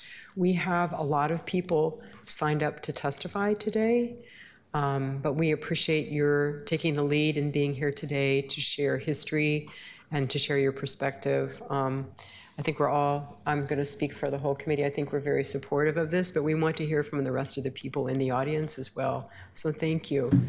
Thank you so much. Diego, I believe there are people signed up to testify. Can we, I'm going to ask the people who testify, because we have at least 3 other big agenda items, to please limit your testimony to 90 seconds if possible. Really appreciate that. So, Diego, will you call up the first group of folks? Yes, thank you. And just a reminder to our testifiers, for those in person, you'll see a timer countdown on the monitor in front of you. For those testifying in Zoom, you'll see the timer countdown in Zoom. You'll hear the timer chime twice, once when you have 30 seconds left, and then a second time once your time is up. We had a couple duplicate entries and cancellations, so let's get started with Nate Was Scholl, Shelly Romero, Celedonio Sunny Montes Jr., Corey McGinnis. Welcome, everyone. Would you like to get started? Please, yes, thank you. Chair Clark, Vice Chair Smith, members of the committee, thanks for having us today. My name is Nate Was-Scholl, and I support the ordinance before you today for many reasons, especially because I'm a dad. I have 3 kids, 1 in elementary, 1 in middle, and 1 in high school in the Franklin High School neighborhood. Cesar Chavez Boulevard runs through our neighborhood, and when I pass the street or drive along it, it often sparks important conversations with my kids. We talk about history, labor organizing, and the power of ordinary people to shape the conditions of their lives by working together. I've appreciated Cesar Chavez Boulevard through the years because as a parent, it's important to me that my kids are grateful for the food on their table. And I want them to value the labor that got it there. I want them to understand that throughout history, working people have come together to fight for the right to a decent living, safe working conditions, and basic dignity. And I want them to know that farm workers are still fighting today. I also want my kids to understand that as a society, in our society, racial privilege is real. And that privilege shows up in all kinds of big and small ways, including things like having all the streets named after people who look like you, or having none named after people who look like you. Over the past 2 months, when we've crossed Cesar Chavez Boulevard, I've had a different conversation with my kids. We've talked about the harm that humans can cause to each other, including the leaders and heroes who we celebrate. And we've talked about the meaning of accountability, healing, and moving forward. Thank you for considering this ordinance. Thank you, Commissioner Smith, for bringing it forward. Support Campesinos Boulevard. Thank you. Good morning, Shelley. Good morning. Good morning, Portland City Councilors. My name is Shelley Romero, and I am here taking time off from work to represent myself as I testify before you on the renaming of Southeast Chavez Boulevard. I am a homeowner and a business owner in Southeast Portland in District 3, where I have lived for just over 30 years. I'm here to support the renaming of Chavez Boulevard to Campesinos Boulevard, and I ask you to please support the ordinance before you. I speak for many when I say nobody wanted to be back here before you today to debate the merits of renaming Chavez Boulevard, but we feel compelled to lead our city and our community to a solution. Those of us who worked on the original 2 attempts to change the street name endured application of an inconsistent street naming process that was extremely rigorous and painful. And while none of you were in office at that time, we want you to know that this is the justification for why we are asking you to waive the renaming process requirements, because we already complied with them not once, but twice in the 2 previous efforts that spanned over 3 years. Over the course of several meetings in the last 2 months, we determined that we each feel a collective responsibility to lead an effort to rename the street while retaining the original intent of naming the boulevard to honor farm workers. We want to center farm workers whose work is often taken for granted, overlooked, despite the fact that we all expect to have access to fresh fruit and vegetables at our local supermarkets to feed ourselves and our families. Here today, you have the opportunity to center farm workers and farm worker families and to support this ordinance and this broad-based coalition of leaders in this effort. Thank you very much for your consideration. Thank you. Go right ahead. Yes. Good morning. My name is Sonny Montes, and I'm a retired educator from the Portland Public Schools, but I'm really here today to represent myself as a proud ex-farm worker of my generation, having worked the fields in Texas, West Texas, cotton fields in Texas, having worked the fields in Illinois, Indiana, California, experiencing tough times living in labor camps, some unsanitary conditions, low wages, awful treatment by some growers of our farm workers. All of these things happen to my family and myself.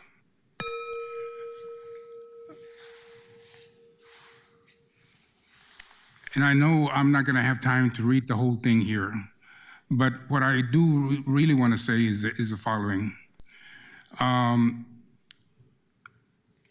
Our original effort to rename a street in Portland to Cesar Chavez Boulevard approximately 20 years ago was a way to honor a larger labor movement that had intertwined history within the state of Oregon. Having gone through this process 20 years ago with hearings throughout the city of Portland filled with hate, racism, and bigotry, we were constantly told that if we wanted to rename a street in honor of Cesar E. Chavez, we should take it to the cities such as Hillsborough or Woodburn because of their substantial Latino population.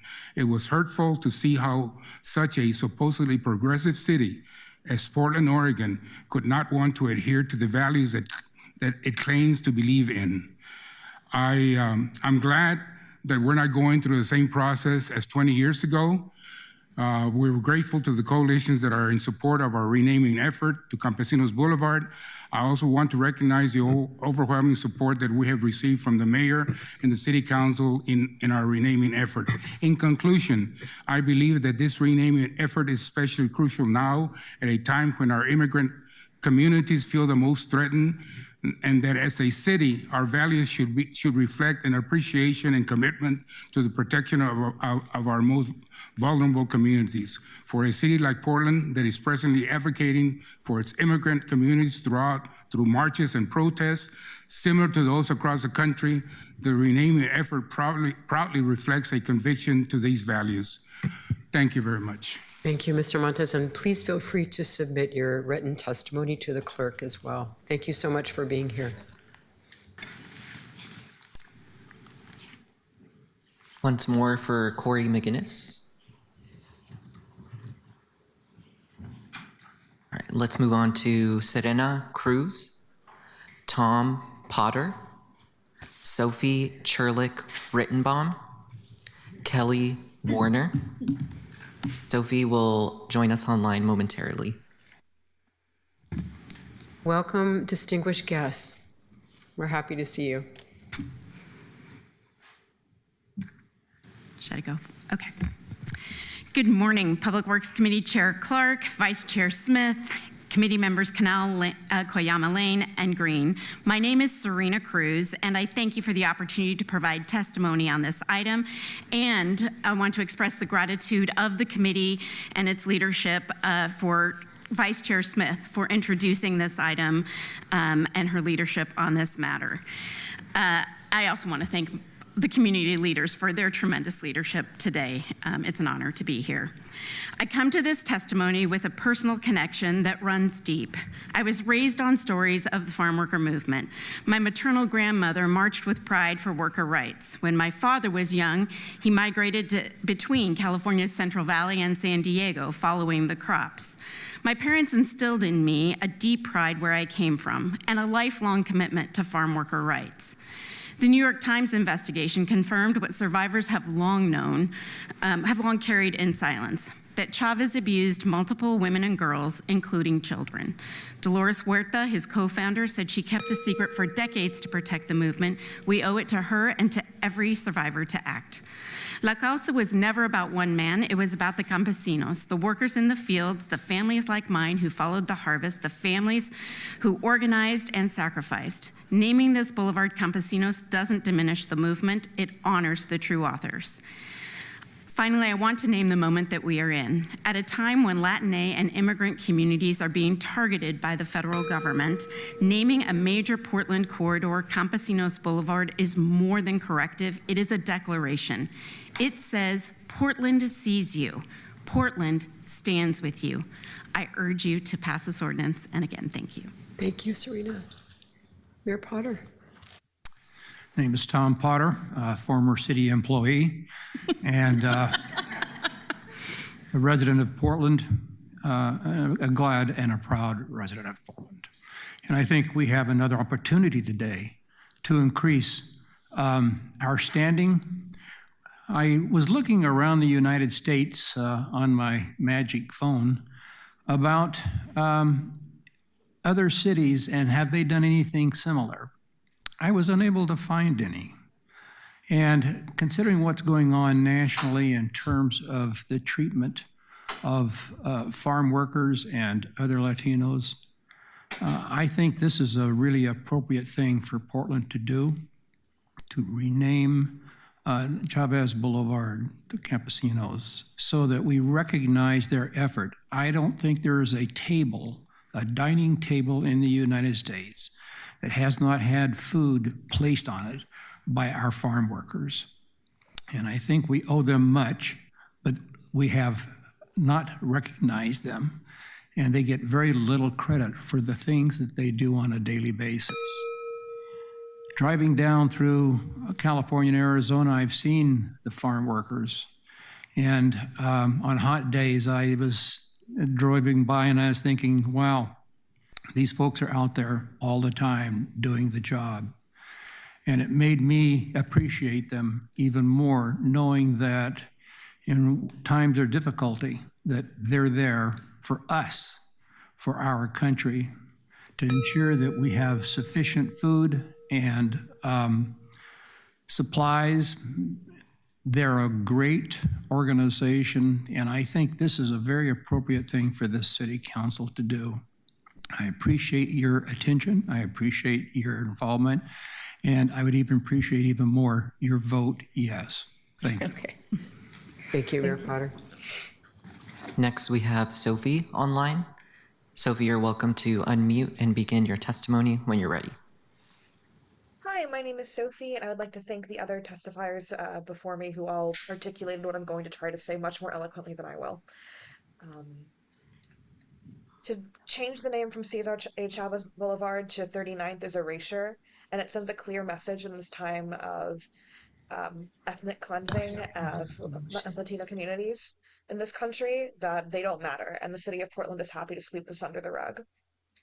I've also seen from the numerous people who commented online against this renaming that, well, clearly haven't we learned our lesson about naming streets after people? Well, the thing is we haven't picked an individual person. As sponsor of this bill and others have noted, this was named for the campesinos, the entirety of the people. It is not named for one single person who we may find out later did something we disagree with. It is named for the body of people who made up the movement. We are not running that risk. I also find that argument equivocates between rape, and we see the same argument when we try to rename things that have been named for slave owners. But, oh, everybody has done something problematic. Yes, well, there's a difference between having committed rape or other really horrible acts and, you know, things that have not aged well. I think it's important that we honor the Latino organizers who worked so hard to have a street name that recognizes their history in Oregon and our country. And I trust our city council will vote yes to pass this resolution to make sure that our Latino community is represented here. Thank you for having me. Once more for Kelly Warner. All right, we'll move on to Pastor Robin Weisner, Zach Brumaire, Kyle Warner, Mustafa Hussein.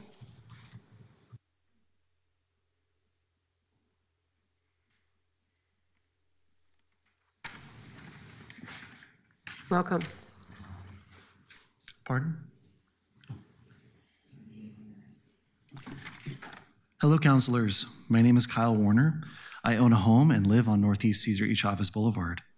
I oppose the renaming of Cesar E. Chavez Boulevard to Campesinos Boulevard for reasons I will list below and provide in my written testimony. To be clear, I am not opposed to removing the name Cesar E. Chavez Boulevard. I'm also not opposed to the recognition of farm workers. However, I do ask it be done another way, and that it be done without waiving standing city ordinances to do so. If the city council cares to honor farm workers, there are many opportunities and methods to do so, which I would support. My main reason for opposition is that you're waiving 5 of your own ordinances to fast-track this process. This is unfair, inappropriate, and not consistent with best practices for street naming. It demonstrates bias and makes residents of 39th Avenue feel disenfranchised and discounted from the process. For talking so much about inclusion and equity, you are not including us. We live on the street. In 2009, when Northeast 39th Avenue was renamed to Cesar Chavez Boulevard, the homeowners on the boulevard largely opposed the change. The official poll conducted by the city opposed the renaming 694 to 91. Despite the opposition, you pushed it through anyway, and I fear you will do so again now. The majority of the written testimony online, of which there are over 80 entries, opposes this change or prefers a change back to 39th. If the name is to be changed, every single person I've spoken to agrees with that. It's consistent with the street naming convention for the neighborhood and entirely inoffensive. Thank you for your time and consideration. Thank you, Kyle. Looks like we have Mustafa online. Mustafa, you're welcome to unmute and begin your testimony when you're ready. Okay, thank you. My name is Mustafa Hussein, and as a resident of District 3, I support swiftly renaming Cesar Chavez Boulevard to Campesinos Boulevard. Although a small but vocal group have opposed it in written testimony, proposing instead to turn the name into a number, I believe this would feel cold and dismissive. Campesinos honors the Latine farm workers who make up about half of farm labor and whose labor feeds Portland. It recognizes real people, restoring visibility to often unseen workers. This change aligns with Portland's values of equity and anti-racism. Street names shape who feels welcome and whose stories we honor. Choosing Campesinos Boulevard would send a clear message that Portland values the humanity and contributions of Latine residents. To honor those who disproportionately feed our city, I respectfully ask you to vote yes. Thank you. I yield the remainder of my time. Once more for Pastor Robin Weisner and Zach Brumaire.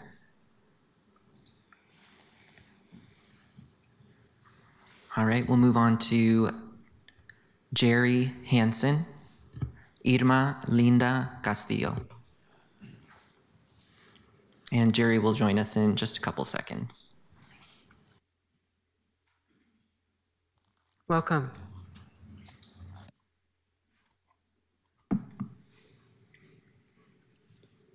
Jerry, if you can hear us, you're welcome to begin your testimony when you're ready. Yes, thank you. Good morning. Members of the City Council, I will be very brief. My name is Jerry Hansen. I have lived at 3204 Southeast Woodward here in Portland for about 30 years. One of my first jobs as a kid was as a farm worker. My grandfather was a dirt farmer. The preamble to this proposal claims that the widespread consensus across the community has coalesced around the street Campesinos Boulevard is wildly incorrect, I believe. You need only look at the written testimony that shows that 97% of the respondents actually want the street name returned to its historic designation, 39th Street. I'm deeply troubled by the committee's proposal to bypass the city code to accelerate this renaming, waiving the process as deeply undemocratic. According to city code, renamings are limited to individual prominent persons. Using a collective noun is a violation of current city code. Furthermore, the use of an emergency waiver strips citizens of a mandatory legal protection. It eliminates the required 45-day review for neighborhood associations and cancels the postcard survey mandated by the city code. Please deny this emergency exemption. Let the legal democratic process play out openly so the broad community can choose to participate in renaming this. I'm all but certain the vast majority would choose 39th Street. Thank you for your time. I so appreciate that you are working on my behalf to make this city the best place to live. Thank you, Jerry. Great. You can begin when you're ready. Again, okay. Good morning, City Council members. My name is Irma Linda Castillo, and I'm a long-life advocate of immigrant and refugee community, and I'm here to speak in support of the street name change to Campesino Boulevard. I am the proud and grateful daughter of migrant farm workers. Both my mother and father picketed and picked vegetables and fruits that you now enjoy on your tables. My father came over to the Pacific Northwest as a bracero, and these were the men who were hired by the US government to do agricultural work. During his time as a bracero, often working after weeks or months, he was often not paid by the farmers. And that then led to a disproportionate amount of distress for our families. Then in the 60s and 70s, a moment rose to protect the rights of agricultural workers, a movement by the people and not of one person. Portland has a long, lauded history of lauding white men with streets and buildings named after them. But Portland has quickly become much more culturally and linguistically diverse, adding a depth of beauty to our city. Changing the current name of the former Cesar Chavez to Campesino Boulevard will let many community members know they belong, they are seen, and they are valued. And as a member of the original committee and supportive of the current one, I urge you to support the name change to Campesino Boulevard. Thank you. Thank you, Irma. That concludes testimony. Thank you, Diego, and thank you to everyone who testified. I would entertain a motion to send the ordinance document number 2026-171 to the full council with a recommendation to pass. So moved. Second. Thank you. Councillor Smith has moved ordinance document number 2026-171 to the full council with a recommendation to pass, and Councillor Koyama Lane has provided the second. Is there any discussion? Seeing none. Sorry. Councillor Smith. Thank you, Madam Chair. And I sit here and stand here before you to propose an important change that reflects our commitment to honoring and recognizing the contributions of our local community. I would like to have the Cesar Chavez move to Campesinos. This change underscores our celebration of cultural diversity and strengthens our ties to the vibrant history of the community. Let us embrace this opportunity to move forward together. I look forward for your support, colleagues, on this motion, and thank you. Thank you, Councillor Smith. Councillor Koyama. Thank you, Chair. So I have been hearing from many constituents and advocates about renaming of this street. It's a big one. I just live a couple blocks from it. It runs through a large part of my district, District 3. It's clearly an important topic to many people, and I think it's very important that we're listening and we're being responsive. I know that a street name can carry a lot of things: pride, pain, history, and there are a lot of different feelings, strong feelings, and many perspectives about this process, about what it carries. And I will say, my office has heard from more than 25 organizations that support renaming Cesar Chavez Boulevard to Campesinos Boulevard. I also specifically want to highlight how important the perspective of PCUN has been, which supports this renaming. It's really important feedback to me. I want to thank PCUN's executive director, Reina Lopez, for her bravery and for the conversations that we've had. And I also want to highlight comments from a recent op-ed by Marta and Jose, where they said that this moment actually demands more than just a name change. It demands a different way of governing, one that trusts community, corrects inequity, and refuses to hide behind process when justice is clear. You know, I'm hearing loud and clear that renaming 39th Avenue to Cesar Chavez Boulevard was the result of 3+ years of an effort led by many Latine leaders who are here, some who are here today, who faced hostility, threats, harassment, systemic barriers during their advocacy. It wasn't easy. And so I believe that we should support renaming without reopening a lengthy, potentially harmful process, and I plan to support. Thank you, Councillor Koyama Lane. I just want to say that my grandmother was a farm worker, and my aunts and uncles worked in the fields and then in the packing houses. And earlier in my career, I formed a nonprofit to build farm worker housing, which is still building farm worker housing around the state. I do not want to go through the process that we went through 20 years ago that left so many scars. I still feel that the pain of that process. So with that, I will ask if there's any other discussion. Will the clerk please call the roll? Canal. I feel like in the event that we had the discussion here, we'd be redoing it at the full council. And I'm looking forward to the conversation with my colleagues at the full council. So with that, I'll vote aye. Koyama Lane. Aye. Green. Aye. Smith. Aye. Clark. Aye. With 5 ayes, the motion carries, and the ordinance document number 2026-171 will move to the full council with a recommendation it be passed. Thank you so much, colleagues, and thanks to everyone who took the time today to organize and to come in and speak with us today. Thank you so much for your advocacy. Really appreciate you all. And with that, colleagues, let's take a 10-minute break. We'll come back at 11:25.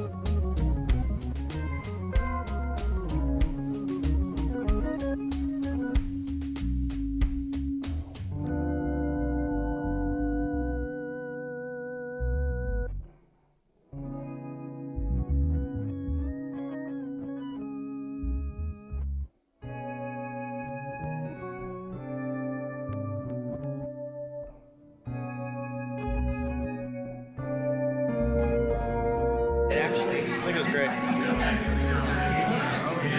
Deep conversations at the table and everything. Not reconvening quite yet, but if anyone lost their cell phone, security has it up front. If anyone has lost their cell phone, you can walk towards me. Security has it. Thank you. All right. The committee is back, and let's see, where are we? I think we're at revenue bonds, yeah? Right. So, Diego, would you please read the next item? Item 2, authorize sewer revenue bonds to finance sewer system capital improvements for an amount sufficient to produce net proceeds of up to $235 million and to refund outstanding sewer revenue bonds. Thank you, Diego. I'll repeat, this ordinance is for our consideration. It would authorize the issuance of sewer revenue bonds to finance needed capital improvements. As a reminder, the sale of these bonds is a common practice for local governments and public utilities to finance these critical improvements for infrastructure, and in this case, our sewer system. We need to move this issuance forward to continue with improvements in our sewer system, and I'm going to turn this over to DCA Priya Dhanapal. She's going to walk us through the ordinance. Welcome.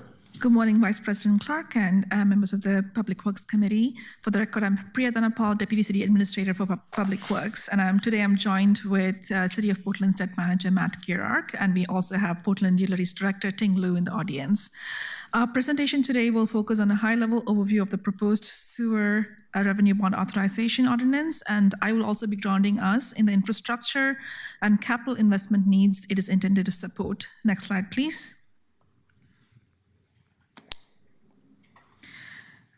This slide highlights the scale and complexity of Portland's storm and sewer system, which is foundational to protecting public health, water quality, and our environment. Our system includes more than 3,000 miles of pipeline, including 13 miles of the Big Pipe system, nearly 100 pump stations, and additional complex stormwater infrastructure that serve the residents across Portland, as well as regional wholesale customers, including Lake Oswego, Clackamas County, Gresham, and Milwaukee. Portland also operates 2 wastewater treatment plants, the Treon Creek wastewater treatment plant and the Columbia Boulevard, which is the largest wastewater treatment facility in Oregon. Next slide, please. Our sewer and stormwater system have an estimated asset replacement value of approximately $28 billion. Much of this infrastructure is decades old, with some assets aging back to the 1800s. Today, approximately $2.7 billion of the system assets are rated to be poor or very poor in condition. The scale, the age, and condition of the system mean that proactive investment is not optional. It is essential to maintaining system reliability, managing regulatory risk, and protecting the waterways that Portland depends on, including the Willamette and the Columbia Rivers. One of the challenges with utility infrastructure is that most of it is largely invisible to the public.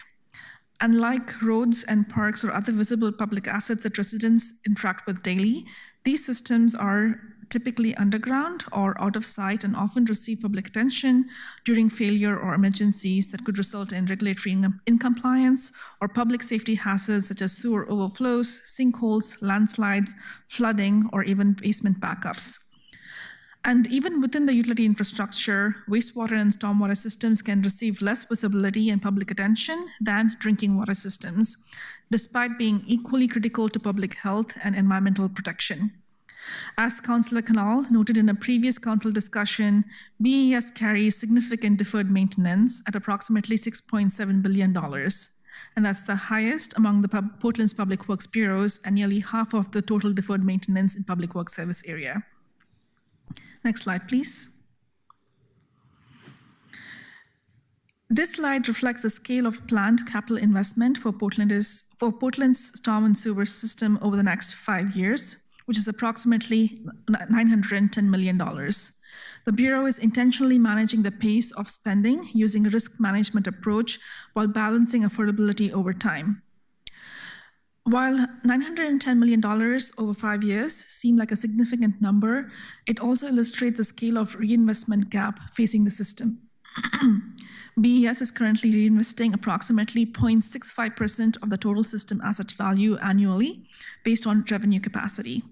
And for context, asset management literature for mature utility systems often references annual reinvestment rates in the range of approximately 1% to 2% over time. And irrespective of reinvestment capacity, regulatory requirements and customer expectations remain unchanged. Our systems must meet environmental and public health standards 365 days a year.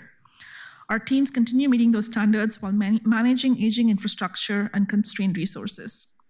proactive replacement and rehabilitation help maintain reliable service, protect public health and waterways, and avoid more costly emergency failures and repairs over time. Next slide, please. This bond authorization would support more than 200 sewer and storm capital improvement projects over the next 18 to 24 months. And these projects are representative of the Bureau's broader capital reinvestment strategy and reflect different types of critical investment across Portland's stormwater and wastewater system. The Carolina Trunk project, for example, replaces a major diameter sewer beneath the I-5 that serves as a critical backbone to the city's wastewater network. And because of its size, location, and role in system conveyance, failure of this asset could carry significant operational, environmental, and public health risks. And other projects focus on treatment plant upgrades and system performance at the Columbia Boulevard wastewater treatment plant, including resiliency during storm events. Many of these projects are already underway and are focused on maintaining system reliability, resiliency, and regulatory compliance. So with that overview of the system needs and capital drivers, I'll turn it over to Debt Manager Matt Gierach to walk through the financing structure, bond authorization, and debt management approach associated with this ordinance. Hello, Public Works Committee. For the record, I'm Matt Gierach. Some of this will sound a little bit familiar, but I thought it's important to kind of go over this again for the record. So as an introduction, I'm going to provide a quick overview of how the city's infrastructure, including utility systems, is funded. Infrastructure is generally funded through current revenues, also known as PAYGO funding, issuance of revenue bonds for large projects, and also grant funding when available. Depending on the City Bureau, the mix of these different sources will vary. For sewer system assets, the city typically utilizes ratepayer revenues and sewer system revenue bonds. The use of bond financing is a common practice for municipal utilities across the U.S. because bonds provide the ability to pay for large capital projects when immediate cash resources are not available. Because the bond funds loans from investors are repaid over time, this approach also provides intergenerational equity as current ratepayers are not solely responsible for funding projects with a long useful life that benefit multiple generations. Note that the use of revenue bonds also relies on the use of ratepayer revenues to repay bond principal and interest. So keeping the mix of PAYGO funding and bonds at a healthy level is managed through BES's long-term financial planning standards. Next slide. This slide provides additional information on utility revenue bonds, which are the type of bonds being issued by the ordinance. These bonds are typically viewed as one of the lowest risk bond investments from the perspective of investors and credit rating agencies because the essential service nature of water and sewer assets for livable communities and the financial separation of the ratepayer funds. Because of this lower risk, credit ratings are generally strong, which lowers the borrowing costs for U.S. municipal utility bonds. Like many large municipal utilities, the city typically sells revenue bonds to investors every 2 to 3 years to fund water and sewer capital improvement plans. Next slide. The city's sewer system revenue bonds have about $1.5 billion outstanding and maintain the second highest credit ratings at AA1 and AA+ from Moody's and S&P. Secondly, bonds are a standard one notch lower at AA2 and AA, which are considered to be high quality and very low credit risk. BES manages its finances to reliably provide sewer and stormwater services while also remaining in a strong financial position that supports its credit ratings and bond legal covenants. Some examples of existing legal bond covenants include meeting all debt service payments in full and on time, maintaining sewer rates to result in net income of at least 110% of debt service for all bonds, maintaining the sewer system in a good state of repair and working order, and operating the sewer system in a safe, sound, efficient, and economic manner in compliance with all environmental laws and regulations. Next slide. BES's 5-year capital improvement plan that was previously discussed is funded through a combination of new revenue bonds and PAYGO funding. The Bureau has historically issued bonds every 2 to 3 years in order to provide continual capital funding for meeting system reinvestment needs and regulatory requirements. As you can see on the right-hand chart, bonds are to be issued during the upcoming fiscal year, and within the 5-year forecast, bonds will be issued in fiscal 29 and 31. And these bonds are all fully incorporated into the Bureau's rate forecasts previously communicated to Public Works Committee and City Council. Next slide. The 2026 bonds under today's ordinance will add about $16 million of annual debt service to the existing sewer system debt service schedule. The bonds will be structured with level debt service over a 30-year period. This structure allows the sewer system to maintain a descending debt service profile, which provides ongoing financing capacity for future bond issuances without large increases in debt service. The bonds are supported by sewer and stormwater rates forecasted to increase annually by about 4.3% through 2036.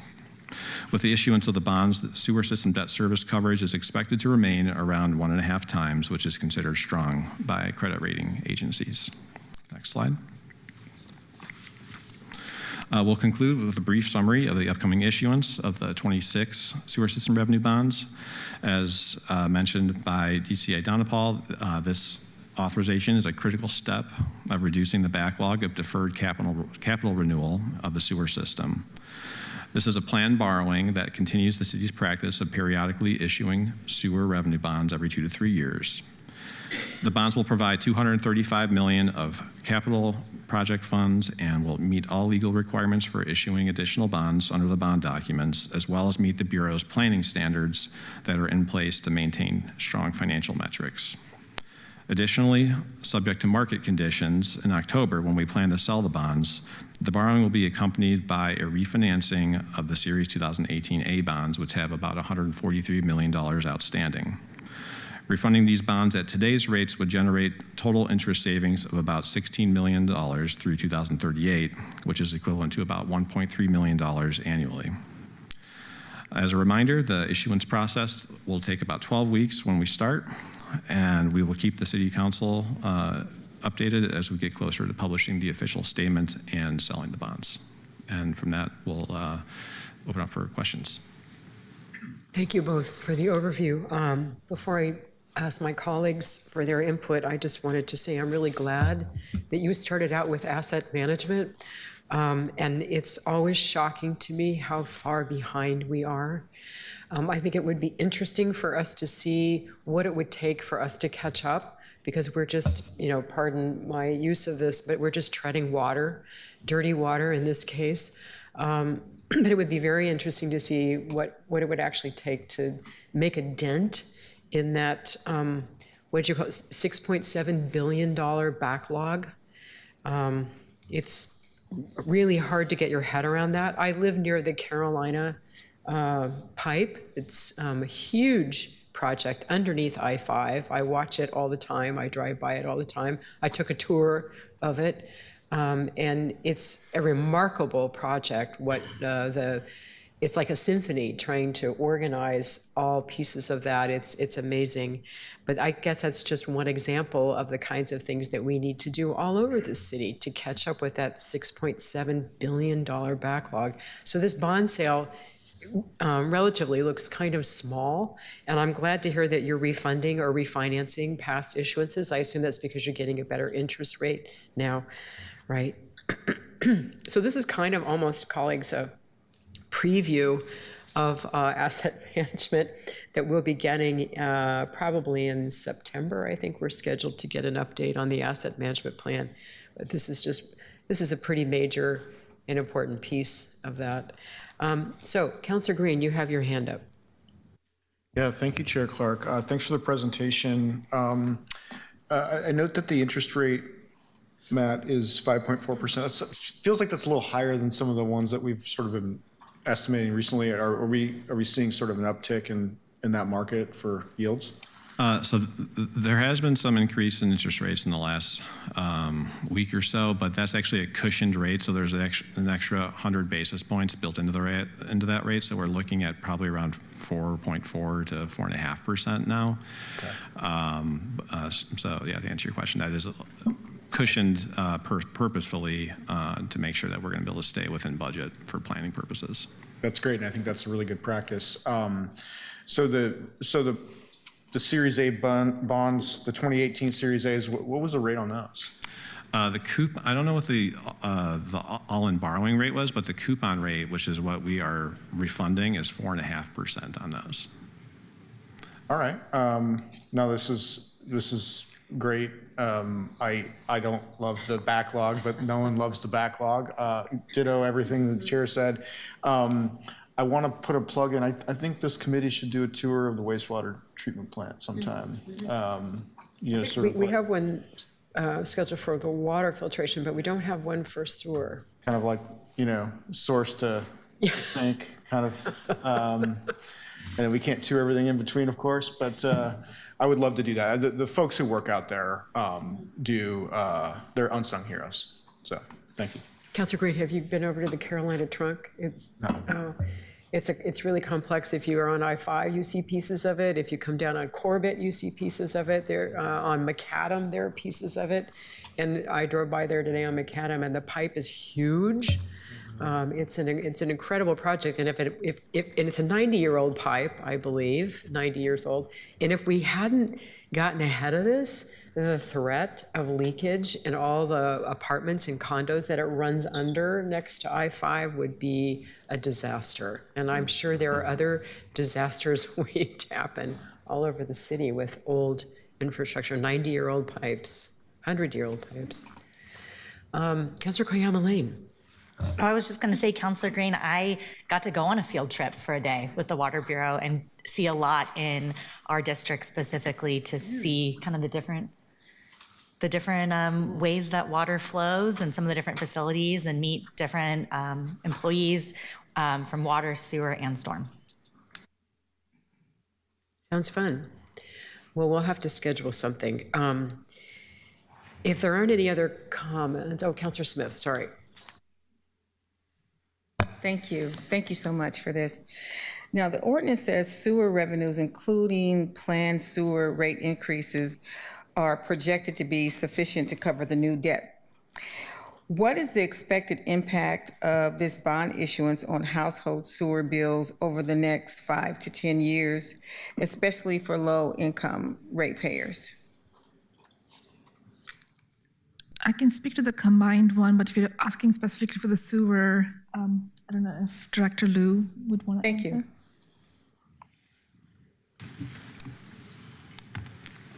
Can I just be clear that we're looking at a blended rate on our utilities? It's both water and sewer, and the sewer is the smaller part of the increase, I believe.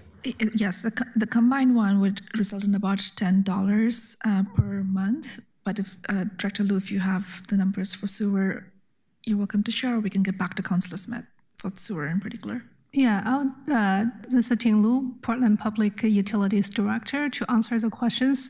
So all this debt and bond insurance already being built into the 10-year rate for projections that you have seen during the work session. It's 5.15% for the BES, roughly $5 more for the sewer side of the rate increase. Okay. That's and so are the same systems in place for low-income ratepayers? Correct. That we have? Yeah. Okay. Thank you. I appreciate it. Thank you, Councilor Smith, and Ting Liu, thank you for that answer. Diego, is there anybody signed up to testify on this measure? No one has signed up. Okay, then I'd like to entertain a motion to send ordinance document number 2026-165 to the full council with a recommendation to pass. Councilor Canal moves ordinance document number 2026-165 to the full council with a recommendation to pass. And Councilor Smith gave us our second. Any other discussion? Will the clerk please call the roll? Canal. Aye. Koyama Lane. Aye. Green. Aye. Smith. Aye. Clark. Aye. With 5 ayes, the motion carries, and the ordinance document number 2026-165 will move to the full council with a recommendation that it be passed. Excellent. Thank you so much for being here today. And Diego, would you please read the next item? Item 3, document number 2026-166, approve the designation of 12 trees as city heritage trees and remove the city heritage tree designation from 14 trees.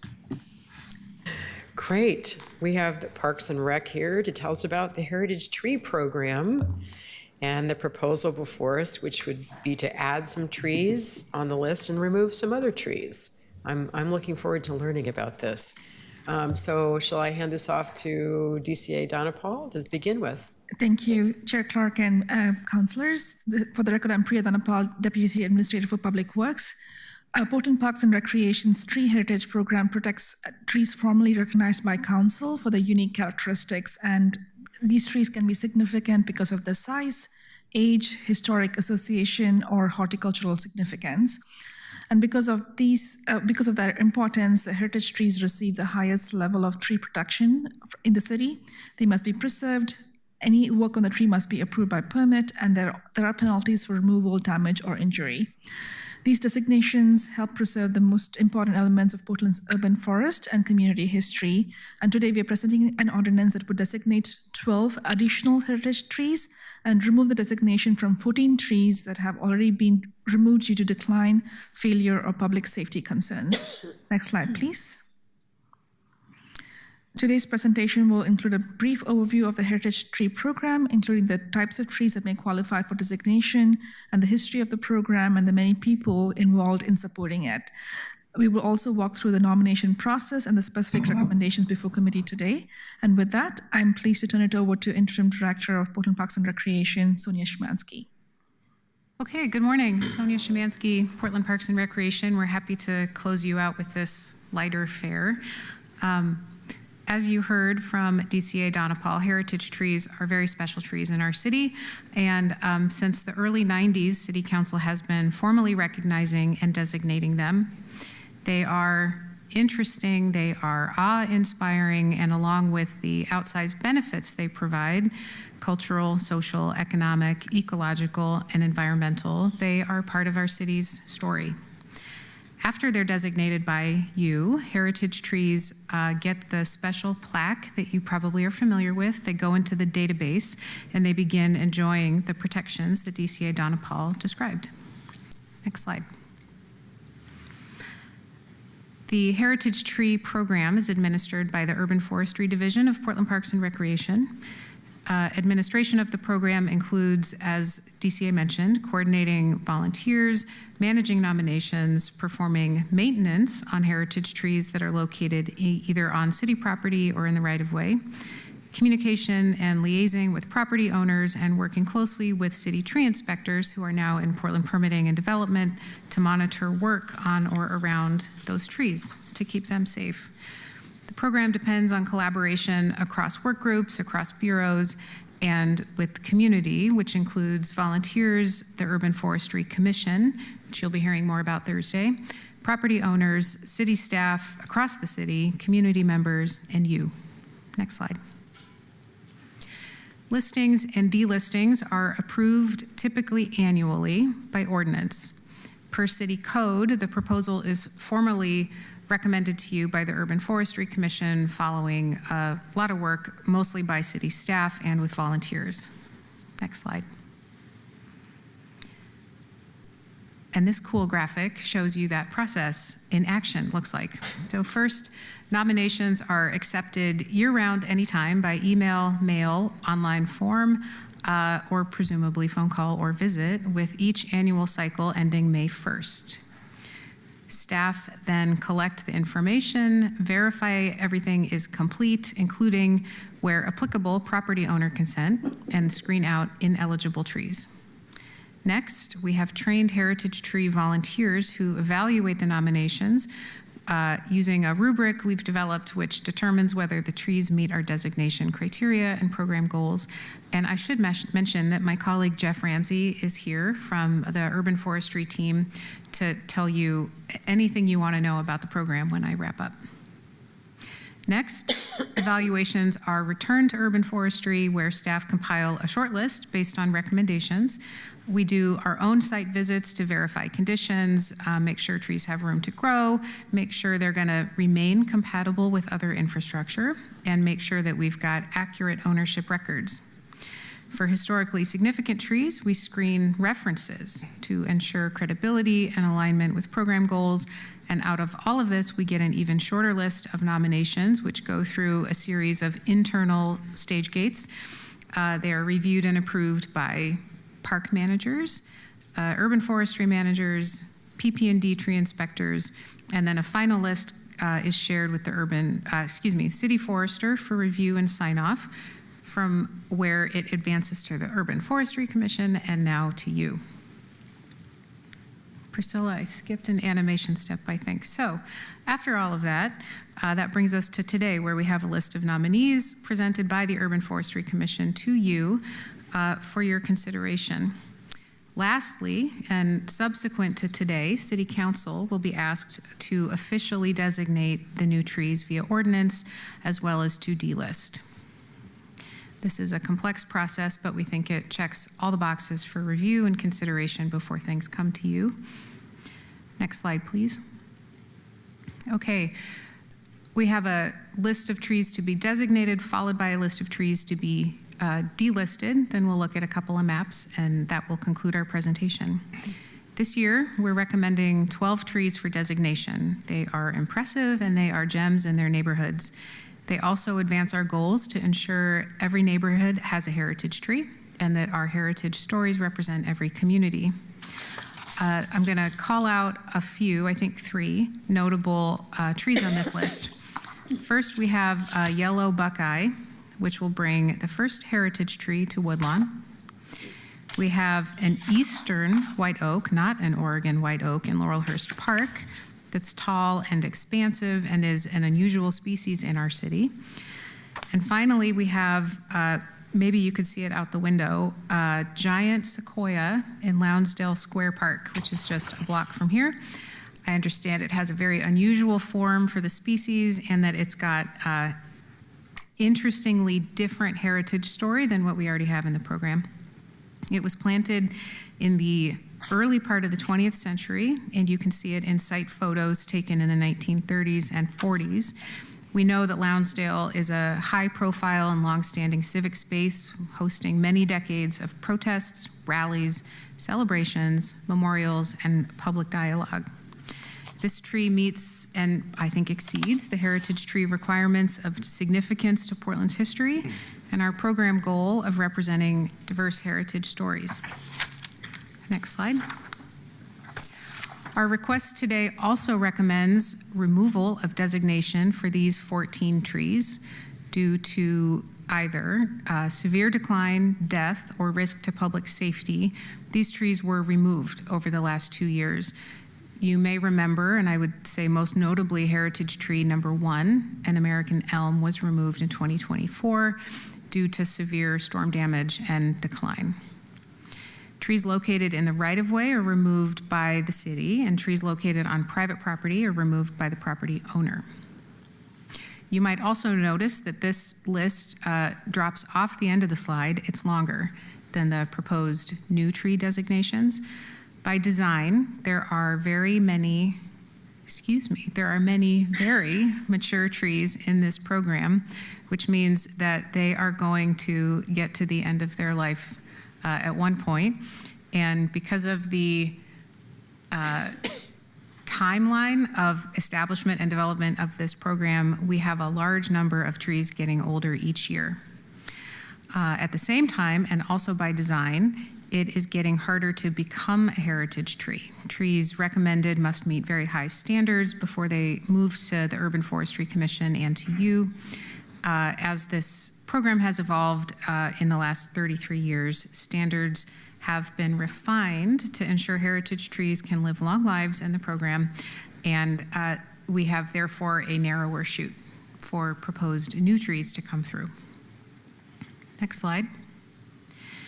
As I mentioned, we have a couple maps to close us out. This is a map of trees proposed for designation in green and proposed for delisting in red. You probably noticed there are no trees on either side of that in District 1, but I will note that we have been making progress expanding this program to that district in recent years, and I'll speak a bit more in the next slide, which we can move to. Thank you, Priscilla. The following slide has the map. The Heritage Tree Program began in the 90s as basically a catalog of Portland's biggest trees, which limited it to older, by definition, it was limited in that way to older neighborhoods that were the first to be replanted after settlers created Stumptown. And you know that the development pattern of the city moved out from the river. Over the past decade, increased emphasis on trees representing histories of underrepresented communities and extra effort to identify new candidates in areas with few or no heritage trees has begun to change the map. Next slide. The lightest dots on this map, which are light yellow, are trees designated during the earliest years of the program, and you'll see that they are clustered downtown and in older East Side neighborhoods. Darker dots, which are pink and purple, represent trees designated more recently. Since 2015, you'll see purple dots on the map have considerably expanded the reach of the program, including many more east of 82nd Avenues. With volunteers who we've enlisted to help us expand the program and our own efforts, we are excited to partner with community that's going to continue pushing our heritage tree inventory east and continue telling the diverse and interesting story of our city and all of its history. Next slide. Procedurally, we are here before you today with a recommended list to add and remove, and we ask for your approval and look forward to seeing this item at full council. Thank you. Thank you, team. Thank you, Sonia. I'm going to start off with a question. When you look at the list of decommissioned trees, there's at least 7 in District 4. And I'm just wondering if I can surmise from that that they are like some of the oldest trees. Is that, I know we have down where I live a lot of old trees. Is that a good guess? That's for you, Jeff. Go ahead. Quite a few in D4 that are being taken off the list. Yeah, I think that's just it's a function of the program's earliest trees designated. A lot of them are in District 4 just because there are a lot of big trees in District 4, and a lot of the focus of the program was on those interior neighborhoods. And oh, am I safe in guessing that they're just old? Is that why they're being taken off the list, or? Oh yeah, so City Council's role with the Heritage Tree Program is that you have the authority to list or delist trees, and when they die or when they are in severe decline, we come to you to delist those. So every tree on that list has either died or is in very severe decline and was approved for removal by tree inspectors with Portland Permitting and Development. That's really the only circumstance that leads to trees being delisted. Otherwise, they stay on the list and they keep their plaque and they keep supporting their neighborhoods. So it's death, is the death of the tree is Essentially, the primary yes. Delisting. So, well, it's a lifetime appointment, we should lifetime appointment. I appreciate that. I'd love to get a list of those trees and ride my bike around D4 and just see where the dead trees are. I'm just kind of curious now. Well, unfortunately, when these trees are very big, so when they do show signs of severe decline, they are removed fairly quickly, especially when they're publicly owned, because they can be a real hazard. And so public safety is a central tenet of this program, and so we do remove trees when they present a hazard to the public. I hear you on that. I noticed there were 2 really big trees taken down in Willamette Park, and the trunks were distributed around the park as, I guess, things for kids to climb on. But I was kind of shocked when they were huge trees, and shocked when I saw them come down. I just wonder if they were on the list. I'd love to see the list of those decommissioned trees. Yeah, we can do that, definitely. Maybe Mitch would like to see those too. I don't know. Councilor Smith, did you have a hand up, or is that legacy? It's legacy. It's a legacy? Oh, okay. Any questions, comments from our new tree expert, Councilor Koyama Lane? Thank you, Chair. I love this presentation, easy to follow. I love the review process tree. I And it's just great to see the way that community's been engaged. Thank you so much to the volunteers, property owners, community, staff, and especially the Urban Forestry Commission for volunteering your time and serving. I trust you all, and thank you for explaining this process. Nice. Seeing no other comments, thank you, team. Appreciate the understanding of the Heritage Tree Program.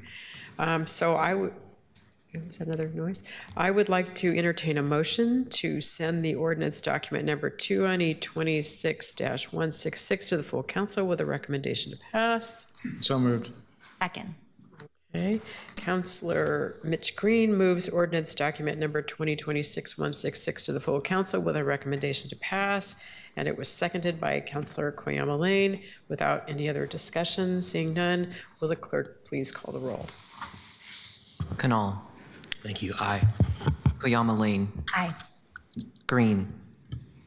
Aye. Smith. Aye. Clark. Aye. With 5 ayes, the motion carries, and the ordinance document number 2026-166 moves to City Council with the recommendation it be passed. Thank you, team. Appreciate it. Great presentation. We're going to take a little commercial break here while Councillor Koyama Lane makes a statement. Yes, thank you so much. I will be quick. We are the Public Works Committee up here, and just wanted to share. Our City Attorney Robert Taylor asked us to explain here that on May 13th, 2026, in a meeting of our full council, we cured any violation that could have resulted from a recent Socialists in Office, SIOC, Socialists in Office town hall. And we talked about what we talked about at that committee. There were 3 members of the Public Works Committee that were present. We did not have any deep discussion or deliberation, but we did cure any chance that there could be a violation by talking about it and then also submitting the transcript officially in the record. So we were asked to just make a similar acknowledgement here at this meeting, and the grievance has been addressed according to City Attorney Taylor, and also we're just being abundantly cautious whenever the 3 of us are in spaces and we are speaking, just as last week, Chair Clark, Councillor Green, and I were at a 350 PDX conversation. We actually had a statement read in the beginning saying that we technically are a quorum of the Public Works Committee, so we will not be able to deliberate or have discussion and add on to each other, and to expect that. We will continue to do that. Transparency is very important, and thank you so much. Thank you for that, Councillor Koyama Lane. Let's move on. Diego, can you please read? I think the next one is the last item. Item 4, document number 2026-167. Authorize the Bureau of Transportation to acquire certain permanent and temporary property rights necessary for the construction of the 174th sidewalk infill Kelly to Francis Streets Southeast project through the exercise of the city's eminent domain authority. Thank you, Diego. I think we're going to start to get used to this, colleagues. PBOT is back with another property rights ordinance. This time it's for a sidewalk improvement in the Centennial neighborhood in District 1. Because there's some questions last time about how the city uses eminent domain for capital projects, I've asked PBOT to just give us a really quick overview of the eminent domain today before getting to the sidewalk infill ordinance. Thank you all for being here, and we'll turn it over to DCA Dhanapal. Thank you, Chair Clark and members of the Public Works Committee. I'm Priya Dhanapal, Deputy City Administrator for Public Works. Today's ordinance supports a sidewalk infill project on Southeast 174th Avenue between Kelly and Francis Streets, and it improves safe walking routes and ADA accessible connections in District 1. To deliver public works projects like this, the city sometimes needs limited property rights from adjacent owners. So before discussing the project itself, we wanted to briefly explain what that means in practice, what protections exist for property owners, and why the council will continue to see similar ordinances as they have done in the past, and as the city advances sidewalk infill, safe routes to school, accessibility, and other safety projects moving forward. These ordinances can sound technical, and the process is highly regulated and legally rigorous. But in practice, they are a routine and disciplined part of delivering basic public works infrastructure. We wanted to briefly demystify the process before turning to the project specifics. Next slide, please. This slide summarizes the common ways property rights are needed for transportation capital projects. And in most cases, the city is not acquiring large portions of property. Projects more commonly require narrow easements or short-term construction access. Permanent easements are used when a public improvement, such as a sidewalk, ADA ramp, or a stormwater facility, extends slightly beyond the existing right-of-way. Typically, only a narrow strip of land is involved. The property owner retains the ownership of the land, while the easement allows the city to construct and maintain the specific improvements over time.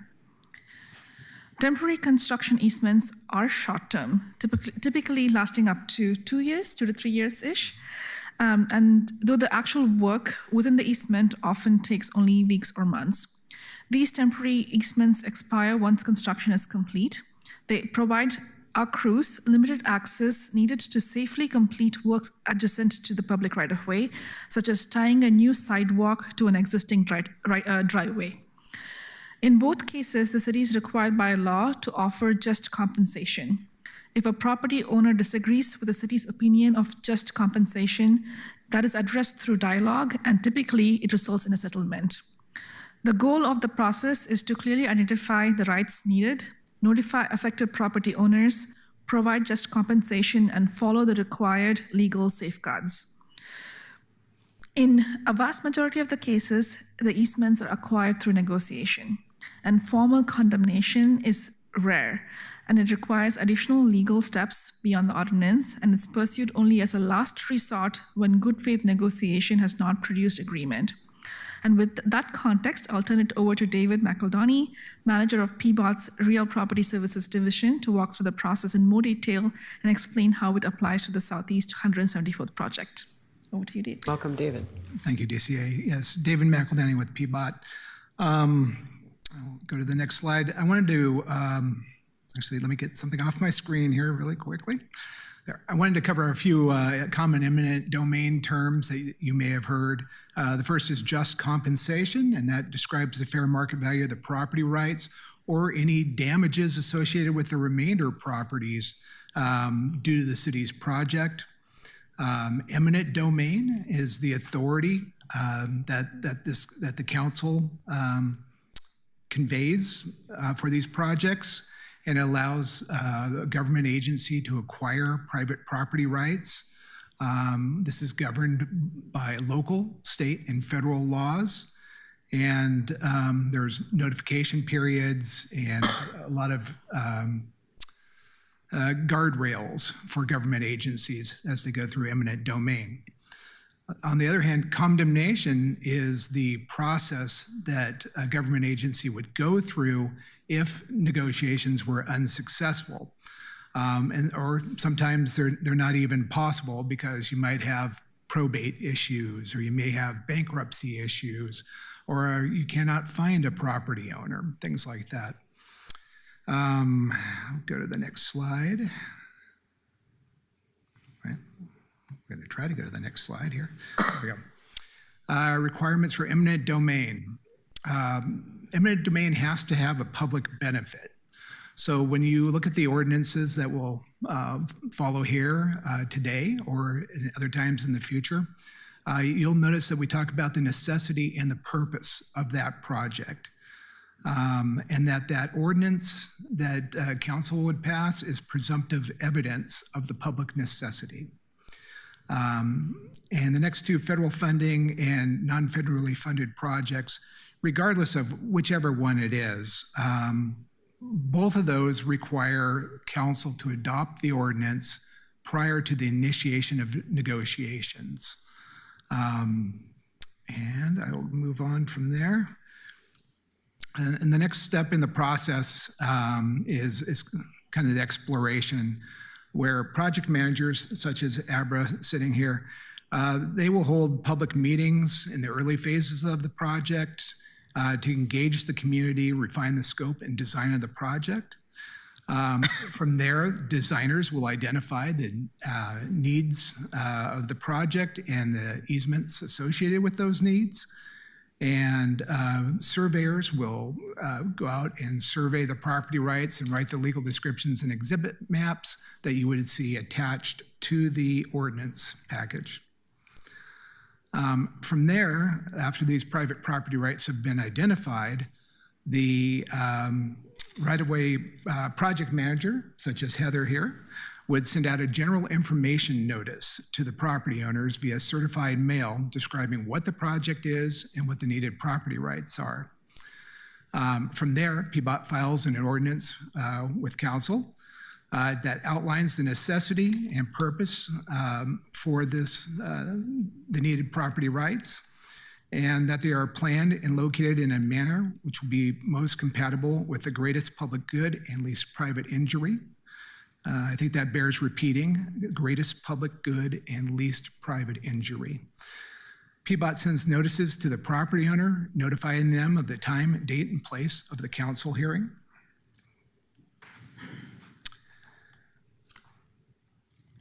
One of the other things I wanted to mention earlier, and I forgot because I didn't have my notes section up on the terms, is the Uniform Act. And I've heard this specific council having concerns on the past harms that have occurred in Portland or around the country for that matter.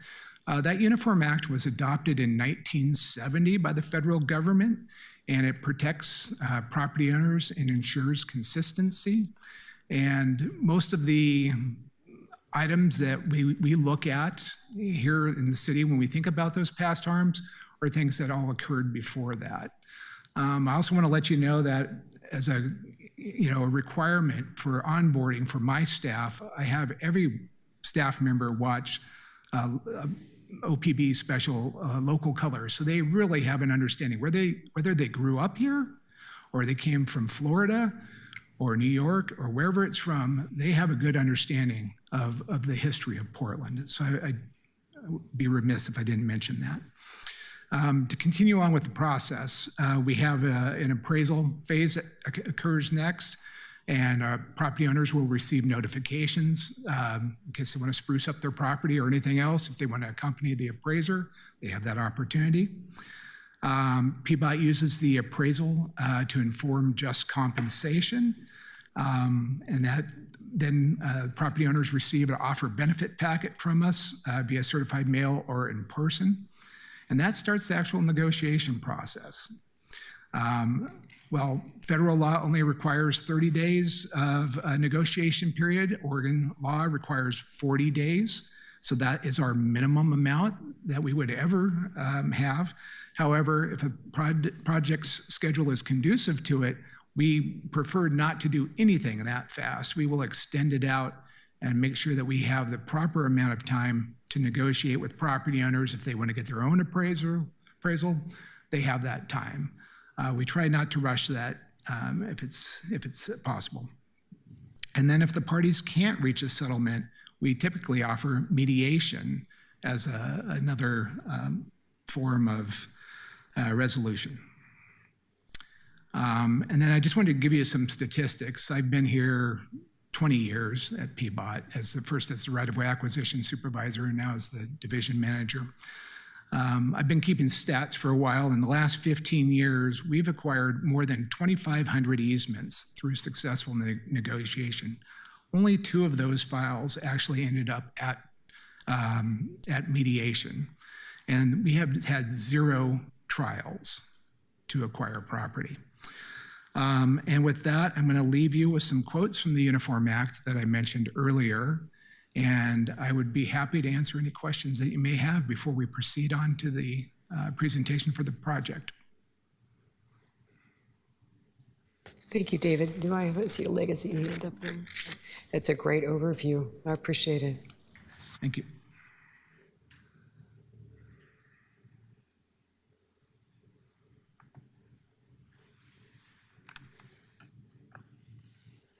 We don't have any questions. You want to proceed with the particular project we're looking at today? Yes. Let's proceed with the 174th. Okay. I'll just go. That sounds great. Okay, thanks. Just realize that we're bumping up against our timeline. We only have about 15 minutes left. All right. Well, good afternoon, councilors. My name is Abra McNair. I'm a project manager with the Capital Delivery Group at PBOT, and I'm joined by Heather here today. So I'm here to present on doing a little overview of the 174th Avenue Sidewalk Infill Project.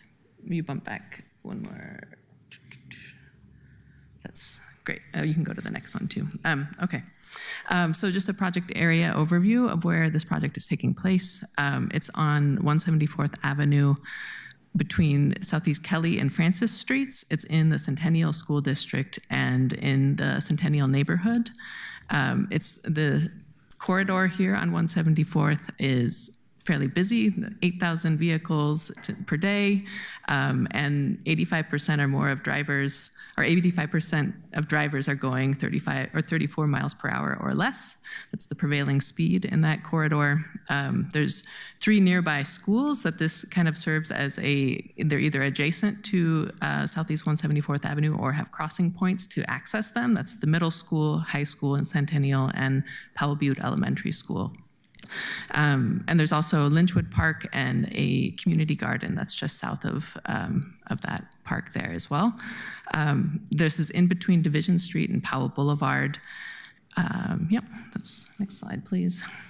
And the background of this project, how it came to be, in 2017, the PBOT Safe Routes to School program did a lot of engagement and outreach with schools and school districts to create their infrastructure plan. And this was ahead of the Fixing Our Streets funding becoming available and funding being designated to the Safe Routes to School program.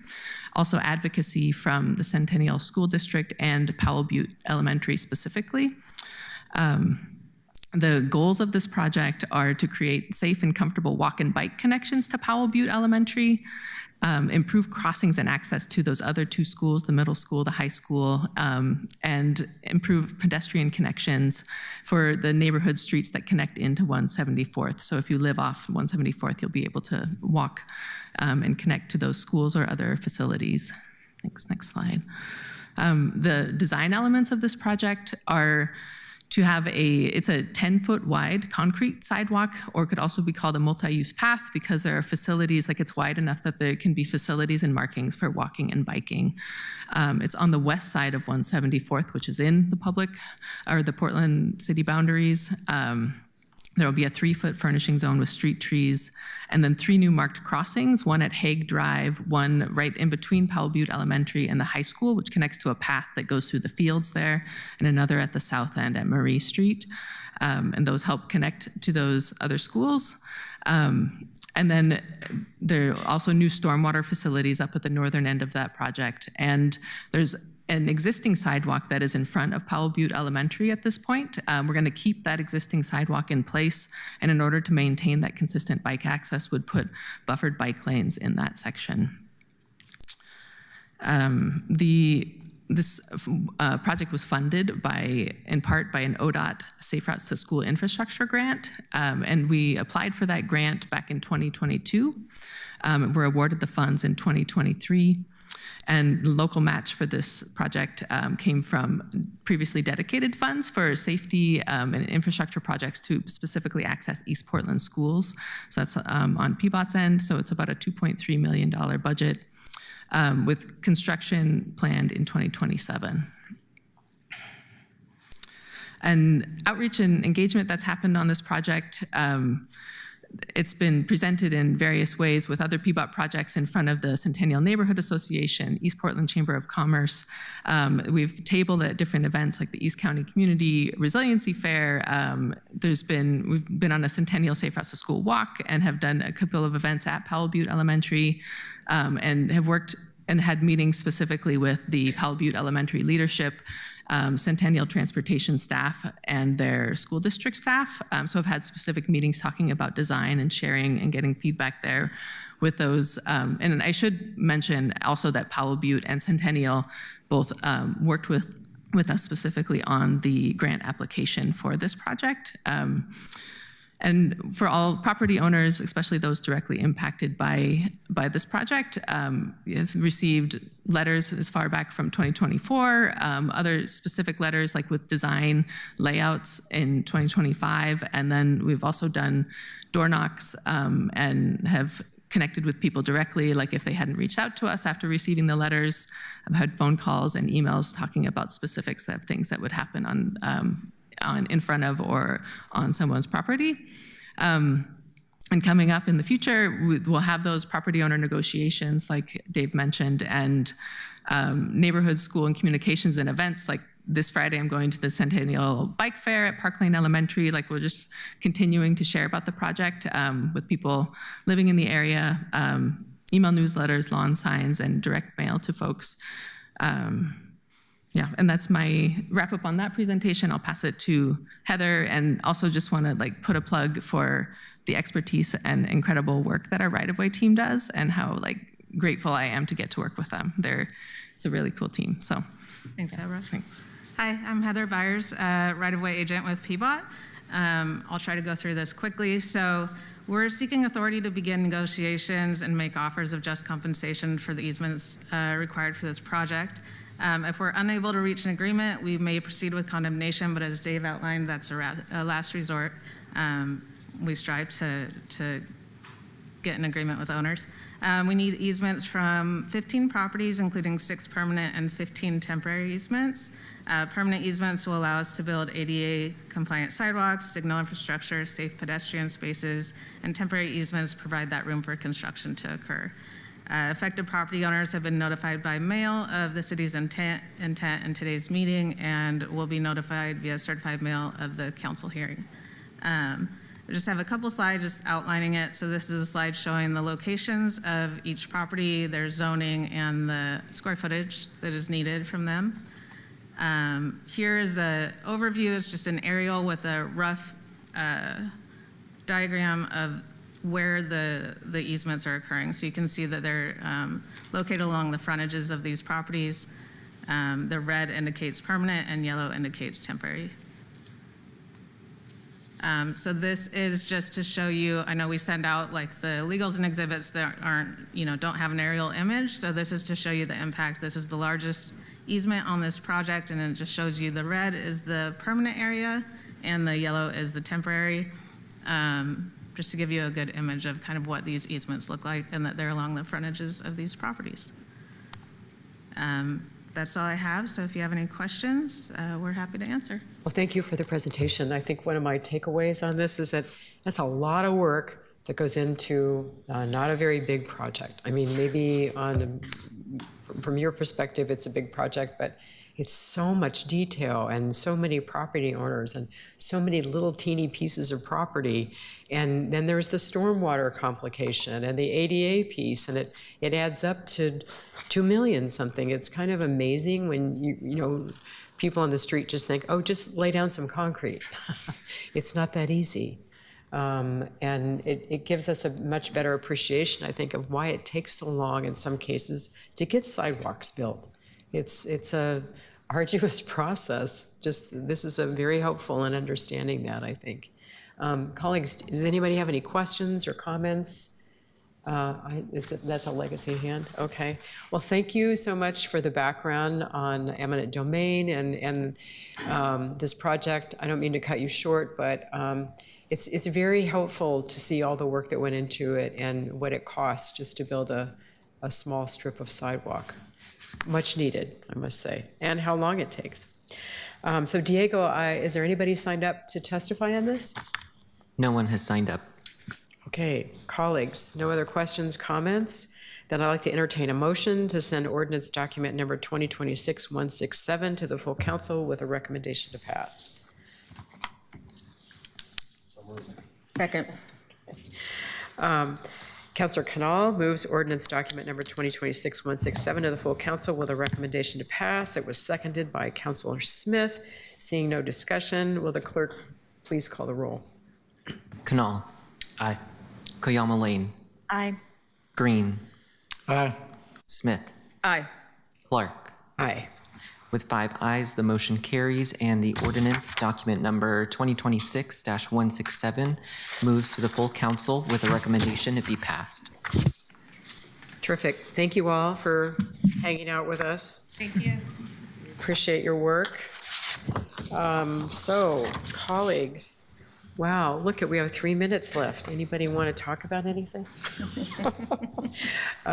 Just so we all know, our next meeting is June the 9th, and at that meeting, we're going to get an update on the Rose Quarter Improvement Project, and then we're finalizing other agenda items. So, without further ado, I will adjourn the meeting of the Public Works Committee. Thank you.